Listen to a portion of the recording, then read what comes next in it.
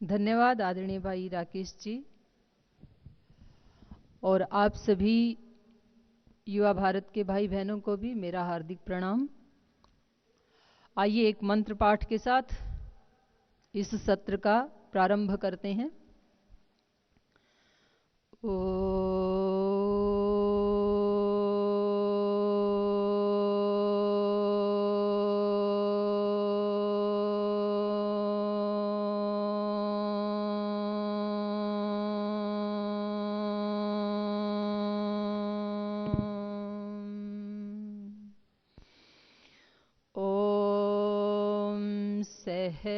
सहनाववतु सहनौ भुनक्तु सह वीर्यङ्करवावहै तेजस्विनावधीतमस्तु मा विद्विषावहै। ओम शांति शांति शांति। श्री गुरुभ्यो नमः।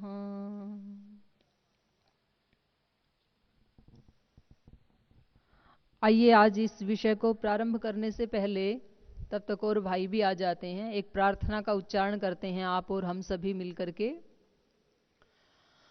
ये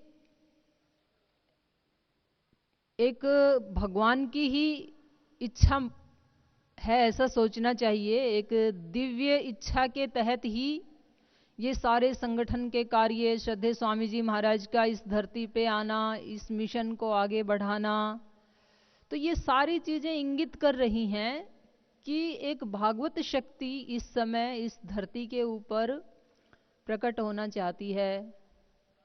तो कैसे किसी कवि ने इसको महसूस करते हुए एक प्रार्थना के माध्यम से बताया है। तो आइए आप और हम सब मिल करके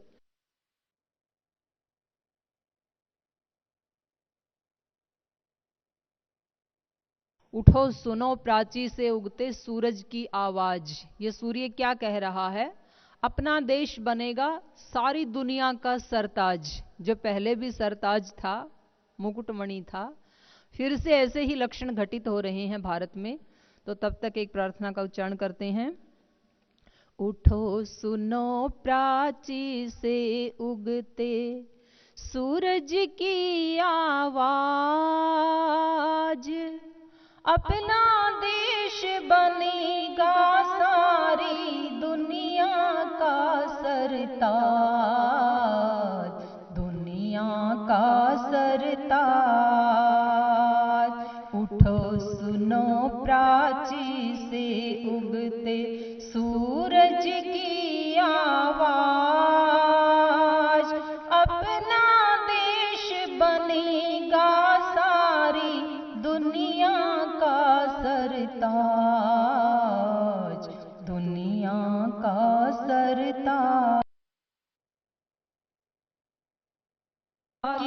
सबसे पहले किसने ज्योति जलाई और ज्ञान की किरणें सारी दुनिया में पहुंचाई। मोह निशा में फंसे विश्व को बंधन मुक्त कराया। भाईचारे का प्रकाश सारे जग में फैलाया। अनगिन बार बचाई जिसने मानवता की लाज। अपना देश बनेगा सारी दुनिया का सरताज, दुनिया का सरताज। मानवता के लिए हड्डियों तक जिन्होंने दे डाली। आपने दधीचि ऋषि की कहानी सुनी होगी। असुरों का विनाश करना था तो इंद्र को एक ऐसा अस्त्र शस्त्र की आवश्यकता थी जो बहुत तप से बनाया जाए, तो दधीची ने वो शस्त्र बनाने के लिए अपनी हड्डियां दान कर दी। मानवता के लिए हड्डियों तक जिन्होंने दे डाली, माताओं ने करी अनेकों बार गोदियां खाली, पर न पाप के आगे उन्होंने अपना शीश झुकाया, और राष्ट्र की रक्षा हेतु हंस हंस शीश कटाया। रहा शिवाजी अर्जुन जैसा निज चरित्र पर नाज, अपना देश बनेगा सारी दुनिया का सरताज। दुनिया देह सुखा डाली न पुण्य से तन मन जिनके रीते। ये तो ऐसा देश रहा है जहां के पशु पक्षी भी परमार्थ करने में पीछे नहीं रहे। जब रावण जैसा असुर सीता माता को उठा करके लंका की तरफ ले जा रहा था, तो एक गिद्ध पक्षी ने उस असुर के साथ युद्ध किया। हम तो इंसान हैं। तो बहुत सुंदर किसी कवि ने कहा है, देह सुखा डाली न पुण्य से तन मन जिनके रीते, गिद्ध गिलहरी तक न रहे थे परमारथ से पीछे। इसी देश में वेद पुराणों ने भी शोभा पाई, जन्म अनेकों बार यहीं लेते आए रघुराई। स्वागत करने को नवयुग का नया सजाए साज, अपना देश बनेगा सारी दुनिया का सरताज। दुनिया का सरताज। और इतना प्रेम फिर श्री राम ने भी उस गिद्ध का संस्कार ऐसे किया जैसे कोई अपने पिता की अंत्येष्टि करता है। कितना प्रेम! अभी तो मानव मानव में ही कहीं प्रेम की इतनी दूरी,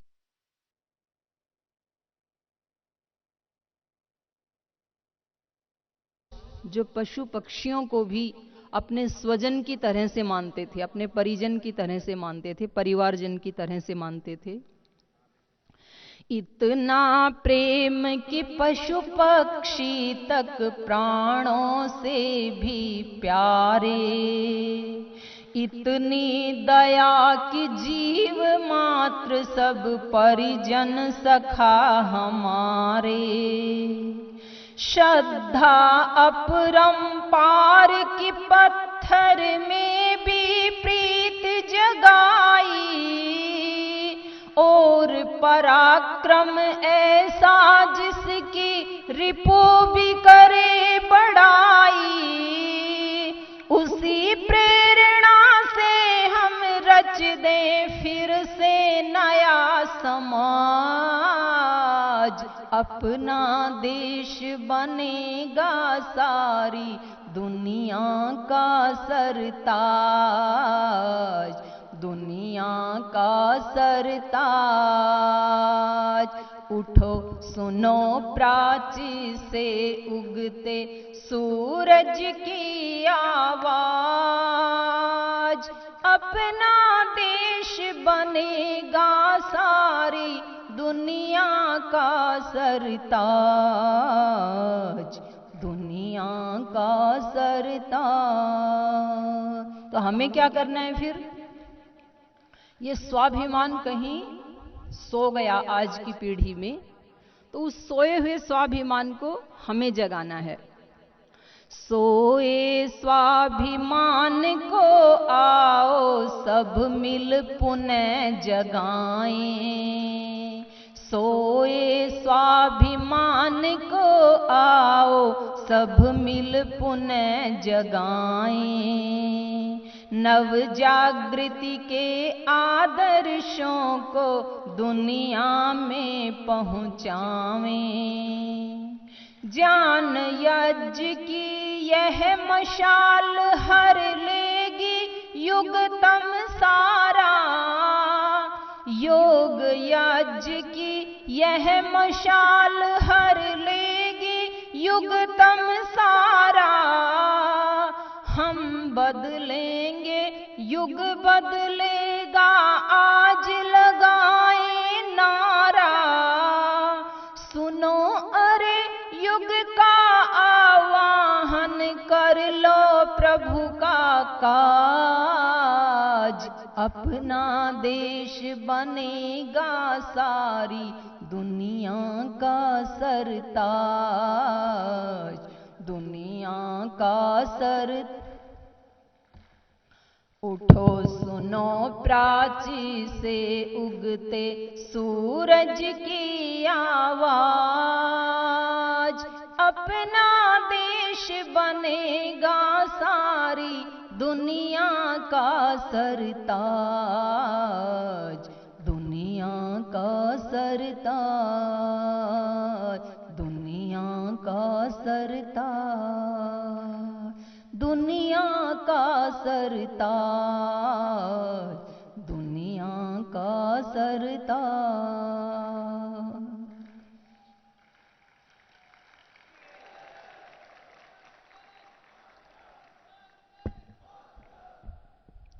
तो जैसा आदरणीय भाई राकेश जी ने बताया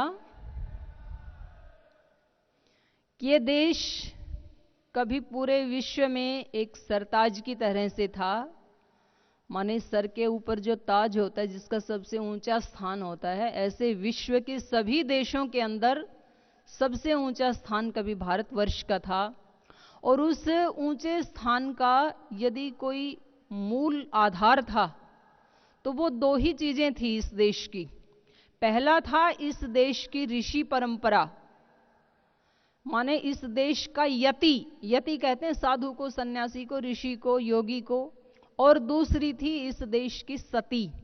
सती माने ऐसी उच्च चरित्र वाली, पवित्र चरित्र वाली देवियां, मातृशक्ति, नारियां, जिन्होंने ऐसे ऋषियों को पैदा किया, जिन्होंने ऐसे वीरों को पैदा किया, वीरांगनाओं को पैदा किया, जिनका इतना ऊंचा तप था कि जिन्होंने ब्रह्मा विष्णु महेश को भी छोटे बच्चे बना करके पलने में झूलने के लिए बाधित कर दिया। तो एक यति और एक सती। तो उसमें से यदि हम आध्यात्मिकता की बात करें, माने भारत का पूरा अध्यात्म अगर किसी नींव के ऊपर टिका हुआ है, ये सारी ऋषि परंपरा की यदि कोई बुनियाद है तो वो है गुरु शिष्य परंपरा। माने कोई नींव होती है तभी तो उस पे मकान बनाया जा सकता है। तो भारत के गौरव का जो एक डंका पूरे विश्व में बजा, तो उसकी नींव में, उसकी बुनियाद में ये रही है पूरे अध्यात्म की एक सबसे मजबूत जो नींव है वो गुरु शिष्य परंपरा है। और ये वेद से लेकर के, वेद में, दर्शन में, उपनिषद में, गीता में इसके प्रमाण मिलते हैं। अभी मैं उसकी चर्चा करूंगी आपके सामने। यद्यपि आपको जो ये छोटी सी पुस्तक दी है इसमें भी प्रमाण दिए हैं कुछ थोड़े से, तो उसमें भी आप देख सकते हैं। आपके पास ये पुस्तक होगी तो 4 पृष्ठ के ऊपर कुछ प्रमाण दिए हैं। अथर्ववेद का प्रमाण है। अथर्ववेद में आया है आचार्यो मृत्यु वरुण सोम औषधयः पयः। आचार्य के 5 रूप बताए हैं इस अथर्ववेद में। आचार्य का पहला रूप होता है मृत्यु, और मृत्यु का क्या करता है? पुराने को मार देता है। और उसका दूसरा रूप बताया वरुण, तीसरा बताया सोम, चौथा औषधि, पांचवा पयः। इसी प्रकार उपनिषद में बताया मातृमान, पितृमान, आचार्यवान पुरुषो वेदः। तो यहां भी आचार्यवान, ये प्रमाण है हमारी गुरु शिष्य परंपरा का। फिर योग दर्शन में आता है स एष पूर्वेशाम अपि गुरु कालेन अनावच्छेदात, माने वह जो ईश्वर है वो सब गुरुओं का भी गुरु है। जैसे हमारे गुरु श्रद्धेय स्वामी जी महाराज हैं, फिर स्वामी जी महाराज के गुरु, उनका आशीर्वाद मिलेगा आपको। तो श्रद्धेय गुरु जी हैं, गुरु जी के भी कोई गुरु जी हैं, उनके भी गुरु जी, ऐसे पीछे जाते जाते जाएं तो सबसे पहले गुरु जी कौन है? सबसे पहले गुरु जी हैं ईश्वर भगवान। तो ये गुरु परंपरा वहां से चली हुई है। स एष पूर्वेशाम अपि गुरु कालेन अनवच्छेदात, काल उसको मार नहीं सकता है ईश्वर को, इसलिए वो गुरुओं का भी गुरु है। बाकी जो गुरु हैं तो वो कालक्रम से उनका शरीर जो है वो परिवर्तित हो जाता है। फिर गीता में यदि हम देखें तो अर्जुन और कृष्ण का जो संवाद है वो पूरा क्या है? गुरु शिष्य का ही संवाद है। गुरु उस व्यक्ति को, अर्जुन तो एक प्रतिनिधित्व करता है हम सबका, कृष्ण भगवान उसको एक योद्धा भी बनाते हैं, एक योगी भी बनाते हैं, और उसको मोह माया से ऊपर भी उठाते हैं। और फिर कहीं तैयार होने के बाद शिष्य फिर अंत में जाकर के कहता है नष्टो मोह स्मृतिर लब्धा त्वत् प्रसादान मयाच्युतः स्थितोस्मि गत संदेह करिष्ये वचनम तव, अब आप जो कहोगे वो मैं करूंगा। तो ऐसे ही रामायण का यदि हम देखें तो श्री राम और वशिष्ठ का संवाद गुरु शिष्य परंपरा का प्रमाण है। ऐसे ही महाभारत में द्रोणाचार्य, कृपाचार्य, ऐसे ही यदि स्वर्गलोक की बात करें तो देवों के भी गुरु हैं बृहस्पति, और यहां तक कि गुरु तो असुरों के भी होते हैं। असुर लोक में भी असुरों के गुरु हैं शुक्राचार्य, और बहुत विद्वान थे वे। तो ये गुरु शिष्य परंपरा, मनुष्य की सबसे पहली गुरु होती है उसकी मां। अगर मां बोलना ना सिखाए तो हम एक शब्द भी नहीं बोल सकते हैं। आज हम जो 3, 4, 5 भाषाओं के अपने आप को विद्वान मानते हैं, यदि उस समय मां ने हमें अक्षर ज्ञान नहीं दिया होता, नहीं बोलना सिखाया होता, तो हमारे में और गूंगे व्यक्ति में या पशु में कोई अंतर नहीं होता। उस समय मां ने यदि उंगली पकड़ करके चलना नहीं सिखाया होता तो हम पशुओं की तरह ही रेंगते। तो हमारी सबसे पहली गुरु मां होती है। तो मैं इनमें से एक वेद के मंत्र की थोड़ी चर्चा करती हूं, जो ये इतने सारे प्रमाण दिए, क्योंकि ये तो बहुत सारे प्रमाण, और ये भी कुछ दिए हैं, दिग्दर्शन करवाया इस छोटी सी पुस्तिका में। तो इसमें वेद का प्रमाण है आचार्यो मृत्यु। आचार्य का सबसे पहला रूप है आचार्य या गुरु मृत्यु होता है। मृत्यु क्यों कहा? क्योंकि पुराने हमारे जो भी अज्ञान है, जो भी हमारा अविद्या है, जो भी अंधकार है, जो भी बुरी आदतें हैं, जो भी बुरा स्वभाव है, गुरु उन सब को तोड़ता है। गुरु को गुरु कहते ही इसलिए हैं कि वो गुरूर को तोड़ता है। जो गरूर होता है ना हमारे अंदर, एक घमंड होता है या अज्ञान होता है, उसको अविद्या ही कहेंगे, उसको गुरु तोड़ देता है। क्योंकि अगर किसी को सुंदर भवन बनाना है और उससे पहले उसके पास कोई मिट्टी का झोपड़ी का घर है, और वो उससे इतना प्रेम करता है कि नहीं इस झोपड़ी को तो मैं नहीं तोड़ूंगा, लेकिन मेरे को बहुत अच्छा महल चाहिए, तो वो संभव ही नहीं है। पहले मिट्टी के घर को तोड़ेंगे तभी तो अच्छा घर बनेगा। तो ऐसे ही गुरु का पहला रूप है मृत्यु।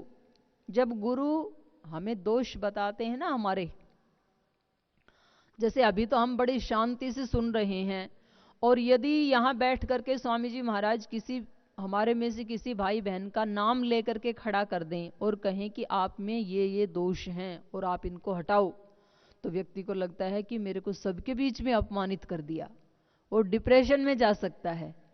और अकेले में भी बताएं तो भी हमारे अंदर जो अविद्या है, जो अज्ञान है, जिस समय दोष बताया जाता है, जब हमारी प्रशंसा करते हैं तो बहुत अच्छा लगता है, लेकिन जब दोष बताते हैं और उनको हटवाते हैं तब लगता है कि गुरु क्या है, साक्षात मृत्यु ही है, मौत जैसे लगता है गुरु।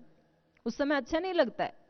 माँ जब बीमार बच्चे को कड़वी दवा पिलाती है ना, तो बच्चा हाथ पैर मारता है, कभी माँ को पैर भी मारता है, नहीं तो हाथ मारता है, फिर भी माँ हाथ पैर दोनों पकड़ के उसके गले में डाल देती है कड़वी दवा, तो उसको लगता है ये माँ का अच्छा रूप नहीं है। और जब माँ उसको चॉकलेट देती है तो बहुत अच्छी लगती है।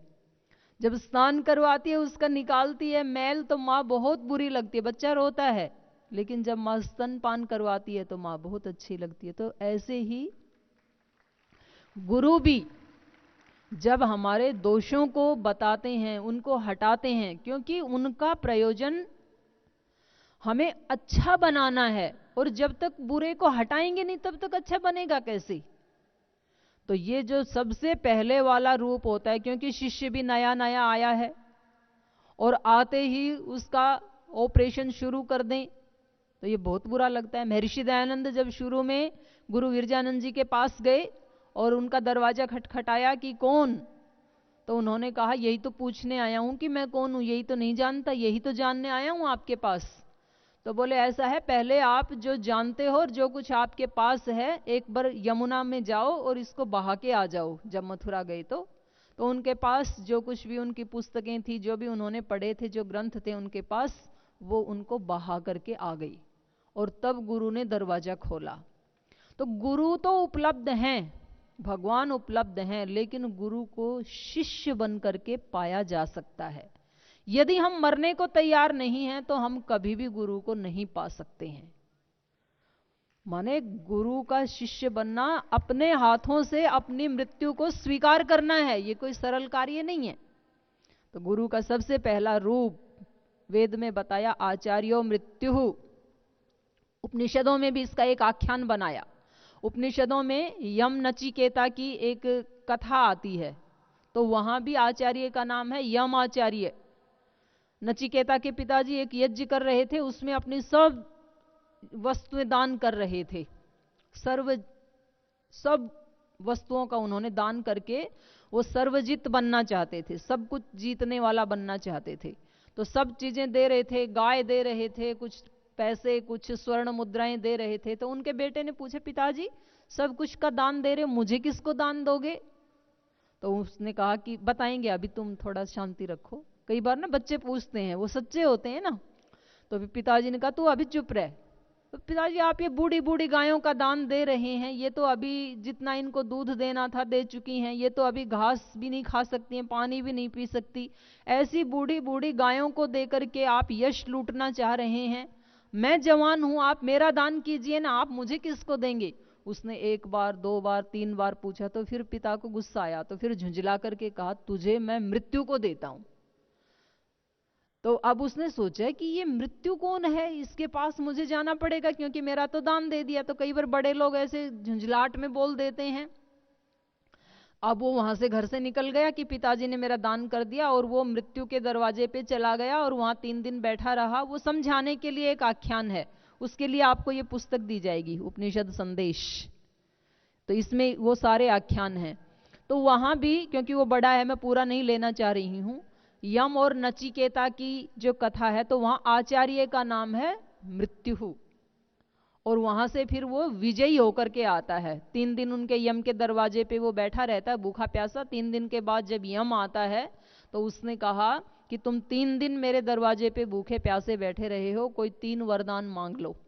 तो उसने सबसे पहला वरदान मांगा कि जब मैं घर से आया तो पिताजी बड़ा नाराज थे मेरे से, गुस्सा थे, तो आप ऐसा करो कि मेरे पिता जो हैं वो शांत मन हो जाएं, मेरे से प्रसन्न हो जाएं।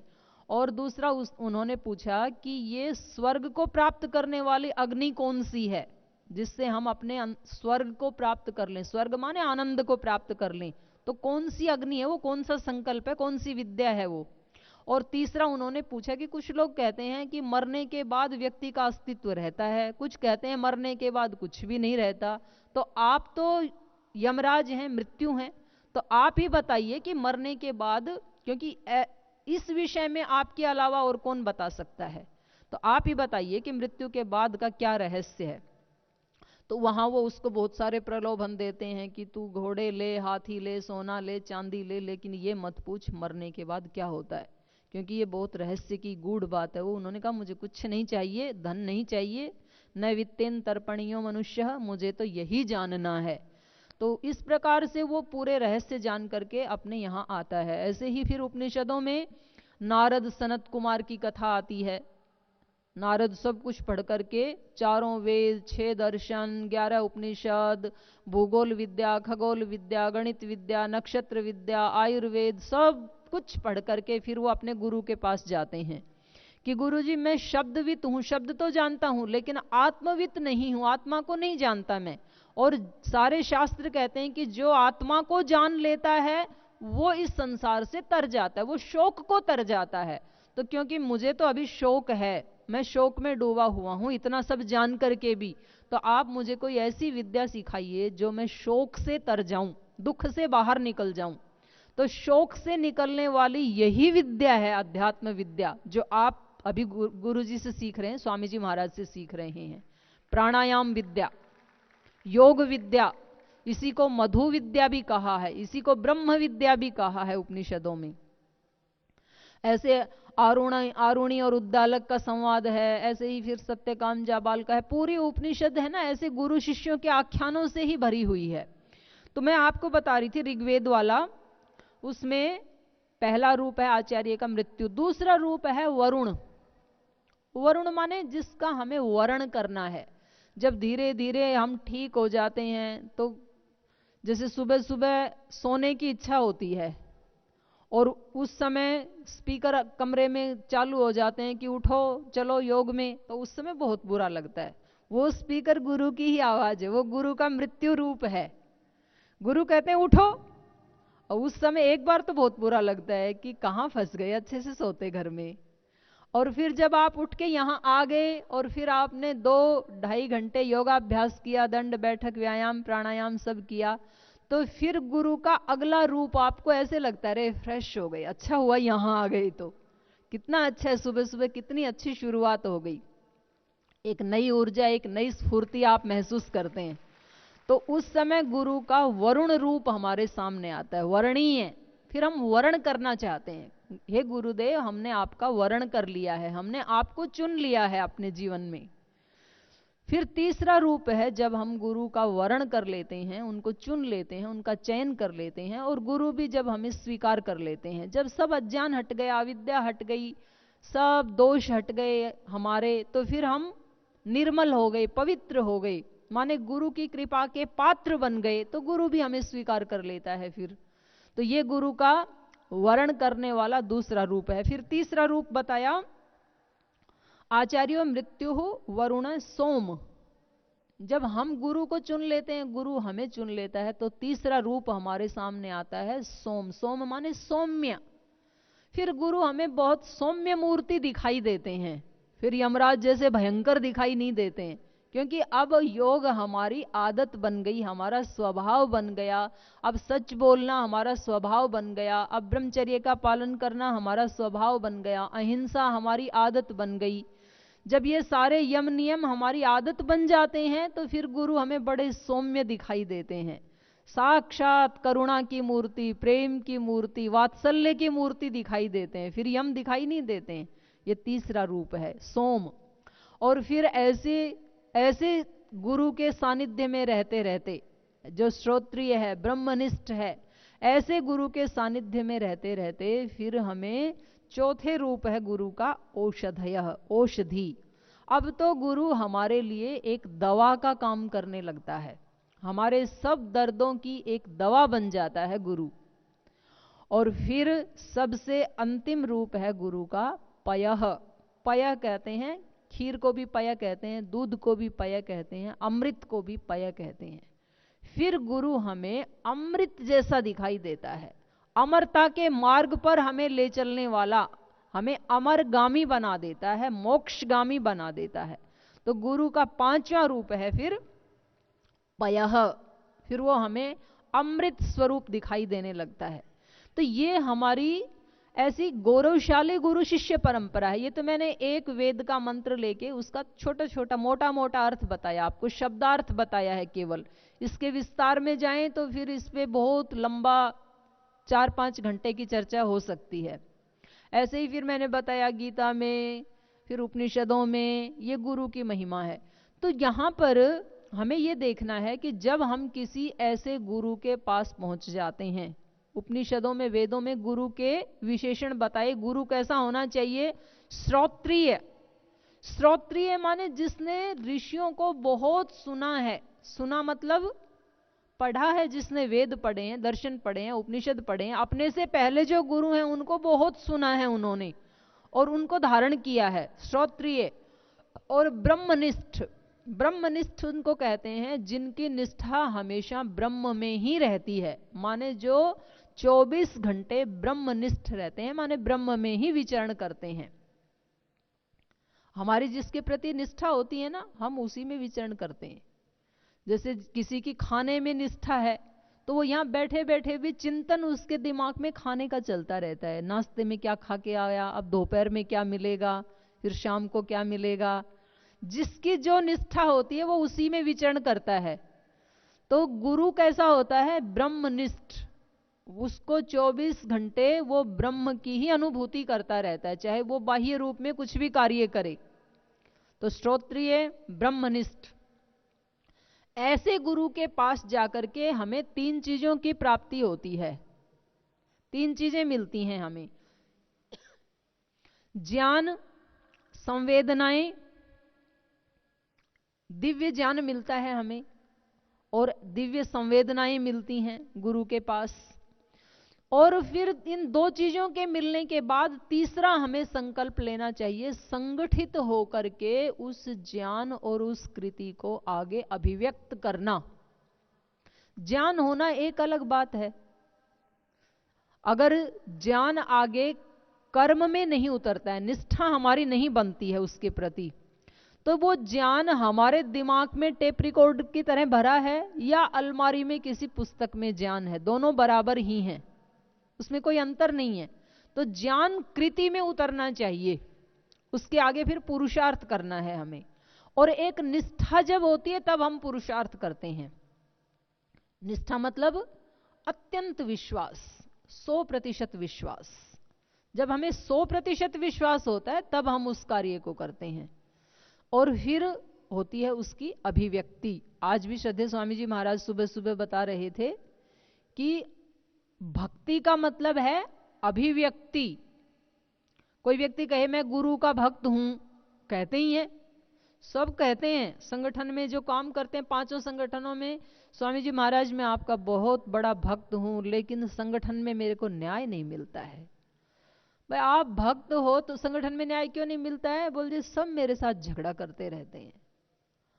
तो यदि हम गुरु के भक्त हैं तो फिर हम झगड़ा नहीं कर सकते। भक्ति का मतलब है अभिव्यक्ति। माने जो गुरु का भक्त है तो वो कैसा होगा, उसका आचरण गुरु जैसा ही होगा। तो स्वामी जी तो झगड़ा करते नहीं है, तो फिर हम क्यों करते हैं झगड़ा?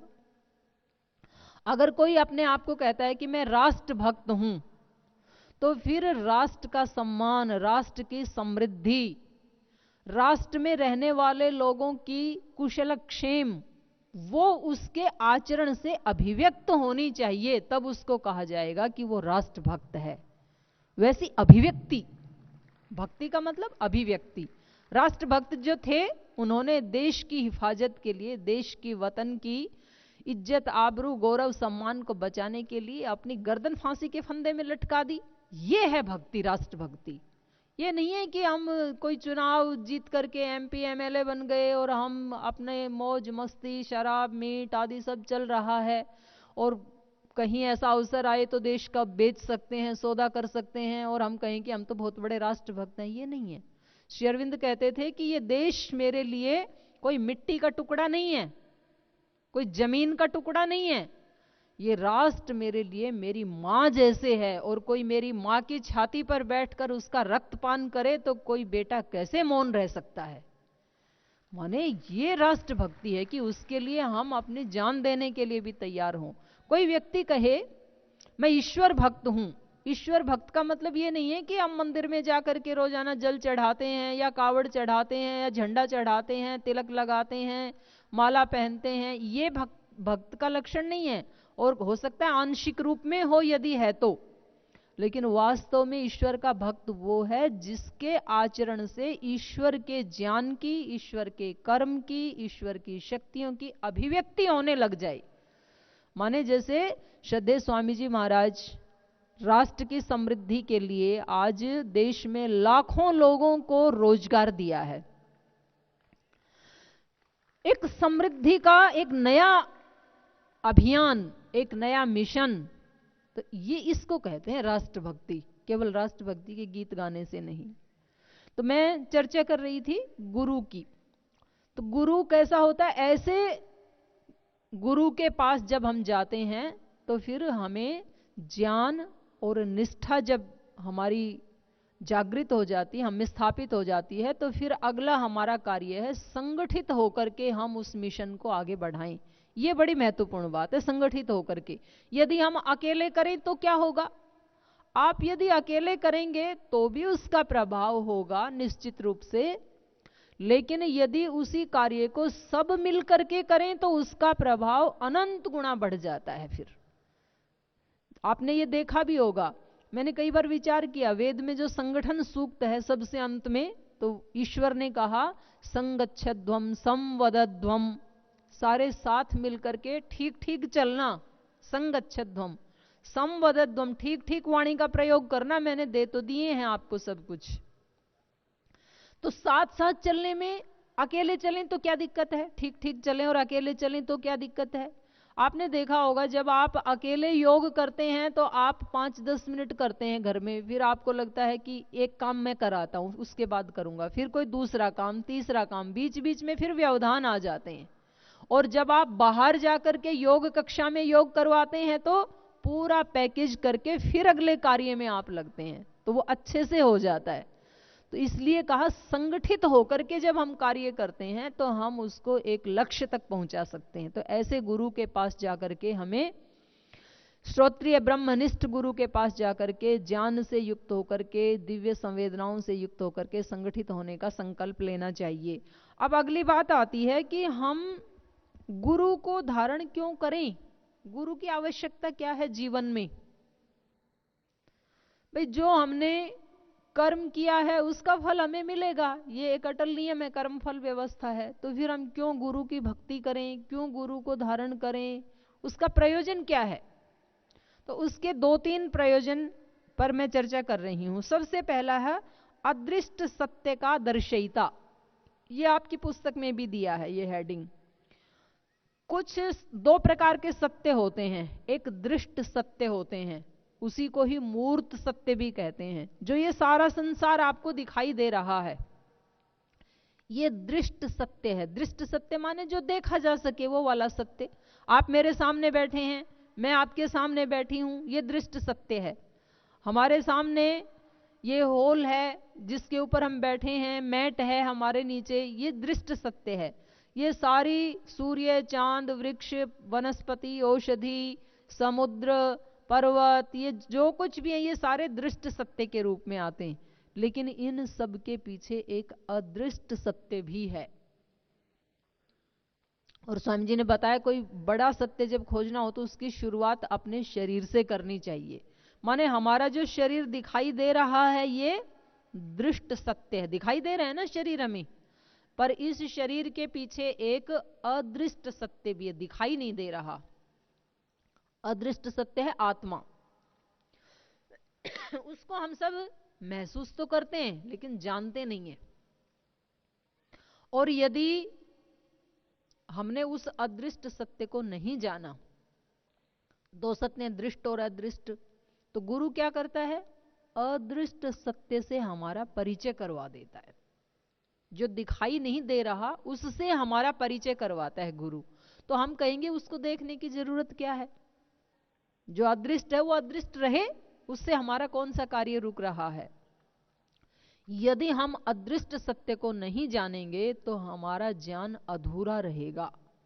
और अधूरा ज्ञान कितना खतरनाक हो सकता है, इसके हजारों उदाहरण आपको दिए जा सकते हैं।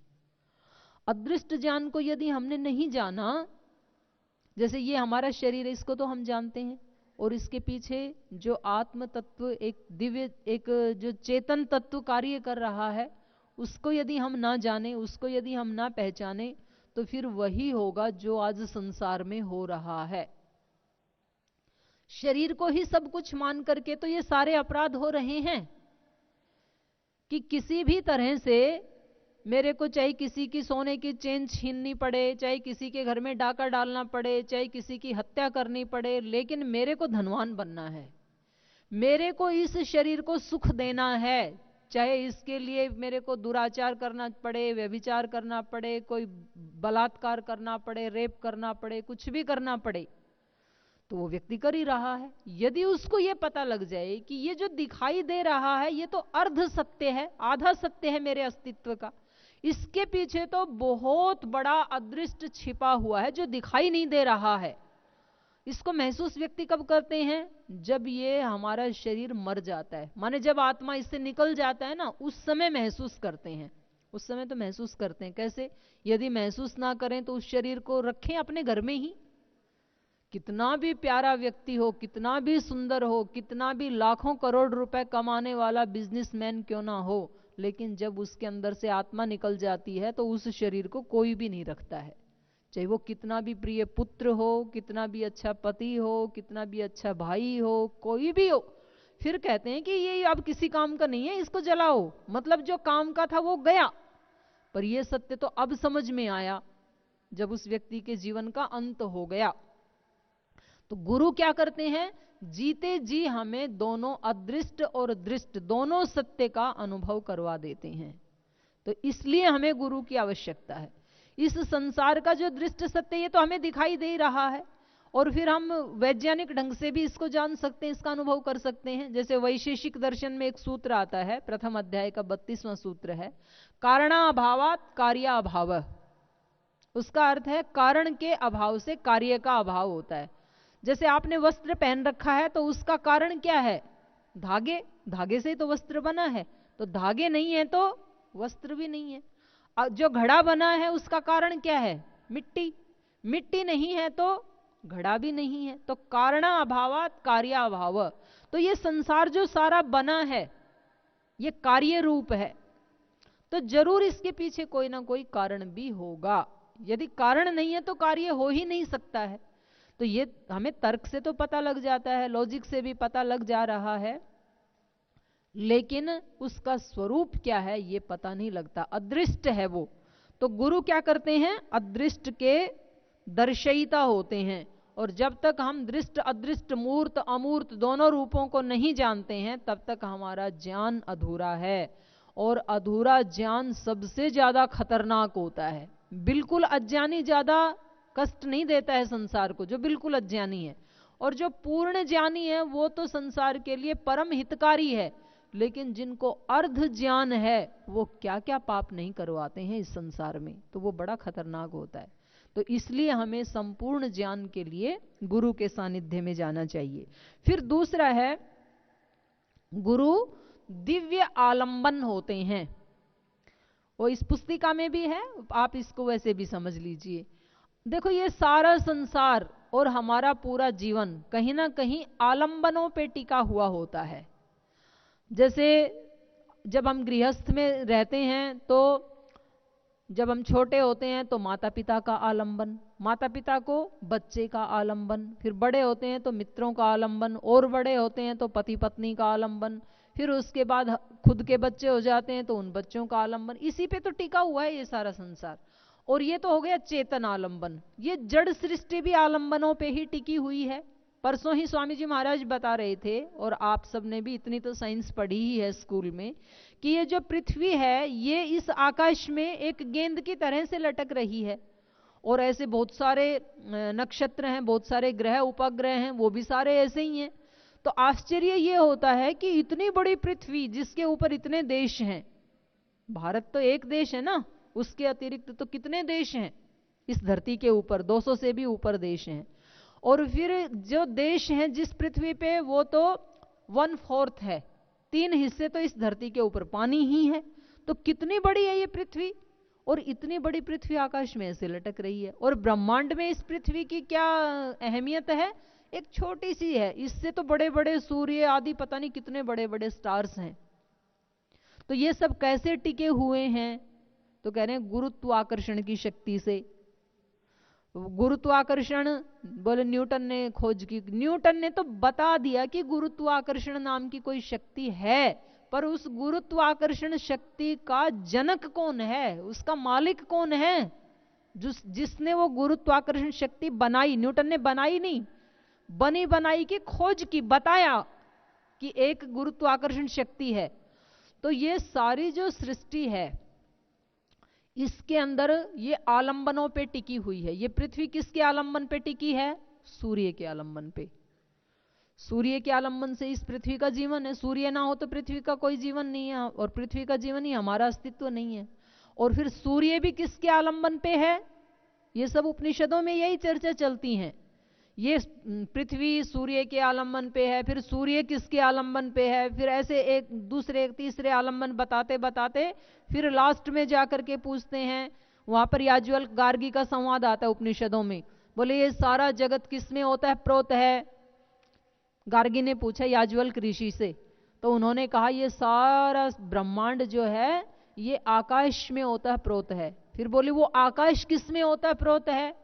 तो वहां भी एक लंबा प्रसंग चलता है। तो लास्ट में याज्ञवल्क्य ने कहा, गार्गी अति प्रश्न मां प्राक्षी, अति प्रश्न मत पूछ, मूर्धा ते पतिष्यति, नहीं तो तेरी मूर्धा गिर जाएगी, तेरा सर फट जाएगा। अति प्रश्न मत कर, अब तू रुक जा। बोले ये आकाश किस में होता है प्रोत है? बोले ये जिसमें होता है प्रोत है उसको वाणी से नहीं कहा जा सकता है। तो ये सूर्य जिस आलंबन पे टिका हुआ उसको नहीं कहा जा सकता है। तो ये आलंबन पे तो सारी सृष्टि चल रही है, चाहे गृहस्थ है, चाहे वो संन्यास आश्रम है, चाहे तो वो भौतिक जगत है। तो इन आलंबनों में सबसे अच्छा आलंबन कौन सा, किसको चयन करें हम? आलंबन तो लेना ही पड़ता है कोई ना कोई। तो उपनिषदों में तो कहा तदेव आलंबनम श्रेष्ठम तदेव आलंबनम परम, वो ओम ही सबसे बड़ा आलंबन है, वही सबसे श्रेष्ठ चुनने योग्य सहारा है। लेकिन उसको तो हमने देखा ही नहीं, उसको हम जानते भी नहीं, उसको कहां ढूंढे, कैसे लें? तो फिर बताया उसको नहीं जानते हैं तो कोई बात नहीं, माता पिता और गुरु इस धरती के ऊपर उसी के प्रतिरूप हैं, उस पर ब्रह्म के ही प्रतिनिधि हैं, इसलिए उनका आलंबन ले लीजिए। तो गुरु हमारे दिव्य आलंबन हैं। तो इसलिए हमें माने गुरु के पास, यहां पर आपकी इस पुस्तक में ही लिखा हुआ है, तद विज्ञानार्थम स गुरुम एव अभिगच्छेत समित पाणी श्रोत्रियम ब्रह्मनिष्ठम, ये मुंडक उपनिषद में लिखा है। उस गुरु को जानने के लिए, उसको पाने के लिए गुरु के पास समित पाणी होकर के जाना चाहिए। समित पाणी का मतलब क्या है? हाथ में 3 समिधाएं लेकर के जाना चाहिए। आप यज्ञ करते हैं तो भी 3 समिधाएं अग्नि को अर्पित करते हैं। 3 ही क्यों करते हैं, 6 क्यों नहीं करते? उसका क्या कारण है? तो यहां शास्त्र में भी उसके बारे में बताया, 3 समिधाएं लेके जाना चाहिए। 3 प्रकार का ज्ञान हमें अर्जित करना है, पृथ्वीलोक का, अंतरिक्ष लोक का, द्युलोक का। या फिर शरीर में इसको घटाएं तो शरीर का ज्ञान होना चाहिए, मन का ज्ञान होना चाहिए, आत्मा का ज्ञान होना चाहिए, तो हमारा पूरा अस्तित्व पूरा हो जाता है उसमें। तो ये 3 समिधाएं हैं, माने तीनों प्रकार का अज्ञान है गुरुदेव मेरे अंदर अभी। ना मैं शरीर के बारे में जानता हूं इसीलिए तो रोगी हो जाता हूं, ना तो मैं मन के बारे में जानता हूं इसलिए मैं कभी डिप्रेशन में चला जाता हूं, कभी दुखी हो जाता हूं, कभी सुखी हो जाता हूं। तो मन का ज्ञान भी नहीं है, आत्मा का ज्ञान भी मुझे नहीं है, इसलिए आत्मा के होते हुए भी मैं भिखारी जैसा हूं। माने हीरे का भंडार मेरे अंदर भरा हुआ है, फिर भी मैं भिक्षा मांग रहा हूं, हाथ पे दूसरों से मैं सुख चाह रहा हूं, जबकि सारा सुख तो मेरी आत्मा में ही है। तो ये तीनों प्रकार का अज्ञान है मेरे अंदर, और आप इन तीनों विद्याओं को जानने वाले हैं, आप अग्नि स्वरूप हैं। तो मैं आप अग्नि में गिर करके, गुरु रूपी अग्नि में गिर करके आपके ही स्वरूप वाला होना चाहता हूं। समिधा जब अग्नि में गिरती हैं तो क्या होती हैं? अग्नि का ही रूप बन जाती हैं। तो ये तीनों प्रकार के अज्ञान का नाश करने के लिए शिष्य गुरु के पास जाता है। तो गुरु क्या है? हमारा दिव्य आलंबन है, इसलिए गुरु के पास जाना चाहिए। फिर तीसरा है शाश्वत का प्रतिनिधि, जो मैंने अभी आपके सामने चर्चा की कि हम इस संसार को तो देख रहे हैं, कार्य कारण के साइंस विज्ञान से भी पता चल रहा है कि कोई ना कोई तो इसका मालिक है और वही सबसे श्रेष्ठ है, लेकिन उसको हम जाने कैसे? उसको तो हम नहीं जान सकते हैं। तो कहा कि गुरु ही उस शाश्वत के प्रतिनिधि हैं, माता पिता। अच्छा, माता पिता कई बार मोहवश, माँ जानती भी है कि ये बच्चे के लिए हितकारी नहीं है, लेकिन मोह इतना होता है बच्चे के प्रति, तो वो, और उसको ज्ञान नहीं है माँ को ज्यादा, तो कई बार वो अज्ञानवश बच्चे का अहित भी कर देती है। ज्ञानवश नहीं, उसको पता ही नहीं है। अब माँ, कई बार बच्चा बोलता है कि माँ मेरे को चॉकलेट खिलाओ, और माँ को लगता है कि बच्चा मांग रहा है तो चलो दे देती हूँ, और फिर उसके दांत खराब होते हैं। तो माँ कई बार उतना नहीं भी बता पाती है, लेकिन गुरु क्योंकि पूर्ण ज्ञान से युक्त है, इसलिए गुरु हमें वो कोई चीजें अलाउ नहीं करता है जिससे हमारा अकल्याण हो, और वो सब हमारे से करवाते हैं जिसमें हमारा कल्याण हो, छोड़ते नहीं है गुरु। माने एक अंदर से सहारा दे करके बाहर से अच्छी पिटाई करते हैं, जैसे कुम्हार घड़े को घड़ता है ना, ऐसे गुरु निर्माण करते हैं। इसलिए मैं कहती हूं कि जैसे घरों में एक दो बच्चे को, अभी तो छोटी बहनें आई हुई हैं, इनमें ज्यादातर अनमैरिड हैं, पर जो बड़ी माताएं होती हैं, एक दो बच्चे को बनाने के लिए माँ को कितना तप करना पड़ता है, जीवन भर दो बच्चों को बनाने के लिए अपनी पूरी जिंदगी दांव पे लगा देती है। लेकिन जिस गुरु को आप जैसे हजारों लाखों शिष्यों का निर्माण करना है, और जिन्होंने किया है उन्होंने कितना तप किया होगा। हम देखते हैं रोजाना श्रद्धेय स्वामी जी महाराज को, सब अपनी अपनी शिकायत लेके स्वामी जी महाराज के पास, कोई चिट लिख करके, कोई वैसे मिल करके, कोई भावना के रूप में ही, और स्वामी जी महाराज सब कुछ को सुन करके जीव जगत के पाप निगल कर तरुवत छाया करना, वृक्ष की तरह उनके ऊपर अपनी करुणा की, प्रेम की छाया बनाए रखते हैं, सबकी बात सुनते हैं, सबका समाधान करते हैं, और परस्पर विरुद्ध प्रकृति के लोगों को भी एक संगठन में जोड़ के रखे हुए हैं। कितनी बड़ी बात है ये। तो ये कैसे कर पाते हैं?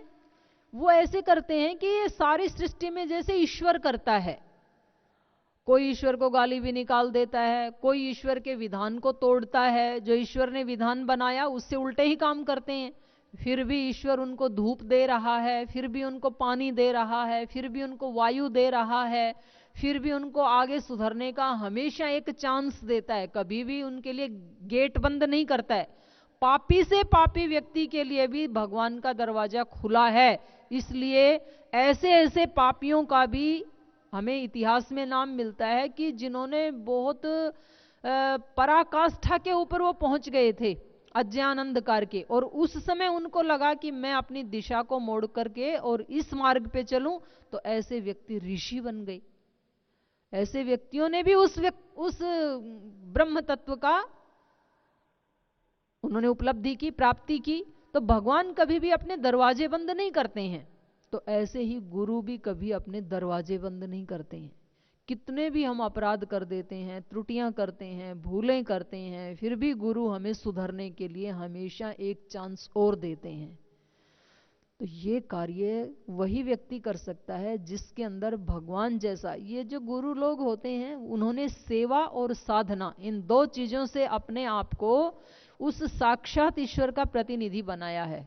आज श्रद्धेय स्वामी जी महाराज जो करोड़ों लोगों के लिए एक ईश्वर के वरदान के रूप में, एक ईश्वर के प्रतिनिधि के रूप में जो कार्य कर रहे हैं, तो इसके पीछे राज क्या है? सेवा और साधना, दो ही चीजें हैं। उन्होंने अपना सर्वस्व सेवा में लगाया हुआ है, और वो उनका पूरा जीवन अपने आप में एक साधना है। वो साधना के लिए एक दो घंटा बैठते हैं ऐसा नहीं है, उनका पूरा जीवन ही साधना है, 24 घंटे साधना है। वो खाना भी खाते हैं तो वो भी एक साधना है, और वो 2 घंटा विश्राम करते हैं वो भी एक साधना के लिए ही करते हैं। माने आगे और ज्यादा पुरुषार्थ किया जाए इसलिए वो सोते हैं, आराम के लिए नहीं सोते हैं। तो ये गुरुजन हैं, इनके अंदर फिर ईश्वरीय ज्ञान, ईश्वरीय संवेदनाएं, ईश्वरीय शक्ति ये अवतरित हो जाती है। माने उनके माध्यम से ईश्वर काम करने लगता है। स्वामी जी महाराज एक एक दिन में, जब 4-5 साल की जो स्वाभिमान यात्रा थी, तो एक एक दिन में 10-10, 12-12 सभाएं भी करते थे, और 10-12 सभा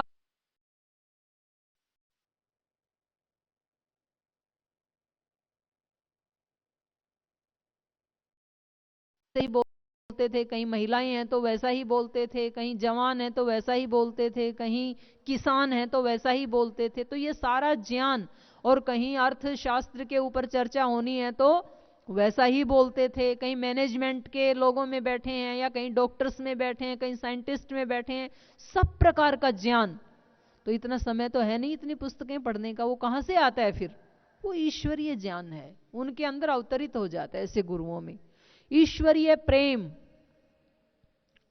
अब यदि एक यहां आप लोग आए हैं युवा भारत से, नौजवान, आज किसी के पास अपने माता पिता के पास बैठने के लिए 2-4-6 घंटे का टाइम नहीं है, और आप यहां 6 दिन का टाइम निकाल करके गुरु के पास आए हैं, और अपना किराया भाड़ा खर्च करके आए हैं, अपना समय लेकर के आए हैं। तो किस लिए आए हैं? प्रेम के कारण। एक आत्मा का प्रेम है, ये तो कौन आता है इतने दूर दूर से, देश के कोने कोने से।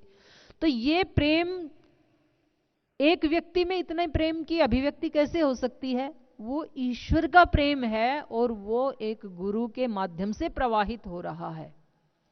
तो ये गुरु जो होते हैं वो दिव्य ज्ञान, दिव्य प्रेम और दिव्य शक्ति के प्रतिनिधि बन जाते हैं, मूर्त रूप बन जाते हैं। मैंने पिछले 95 से अभी कितने वर्ष हो गए?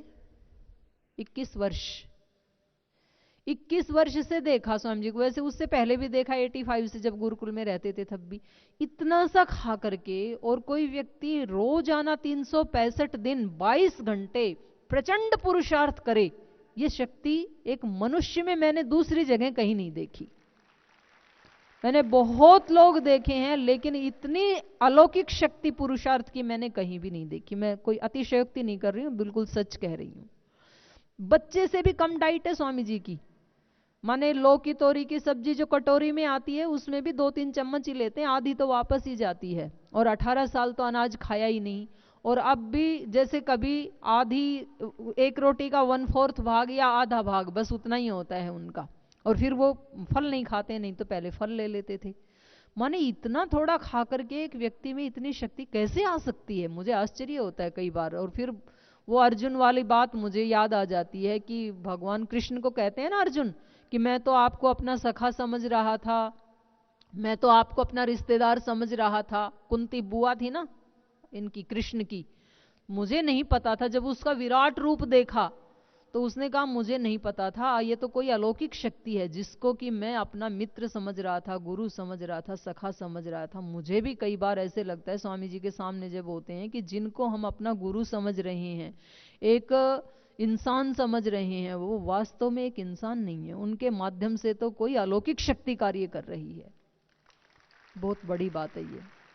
तो गुरु शाश्वत के प्रतिनिधि होते हैं।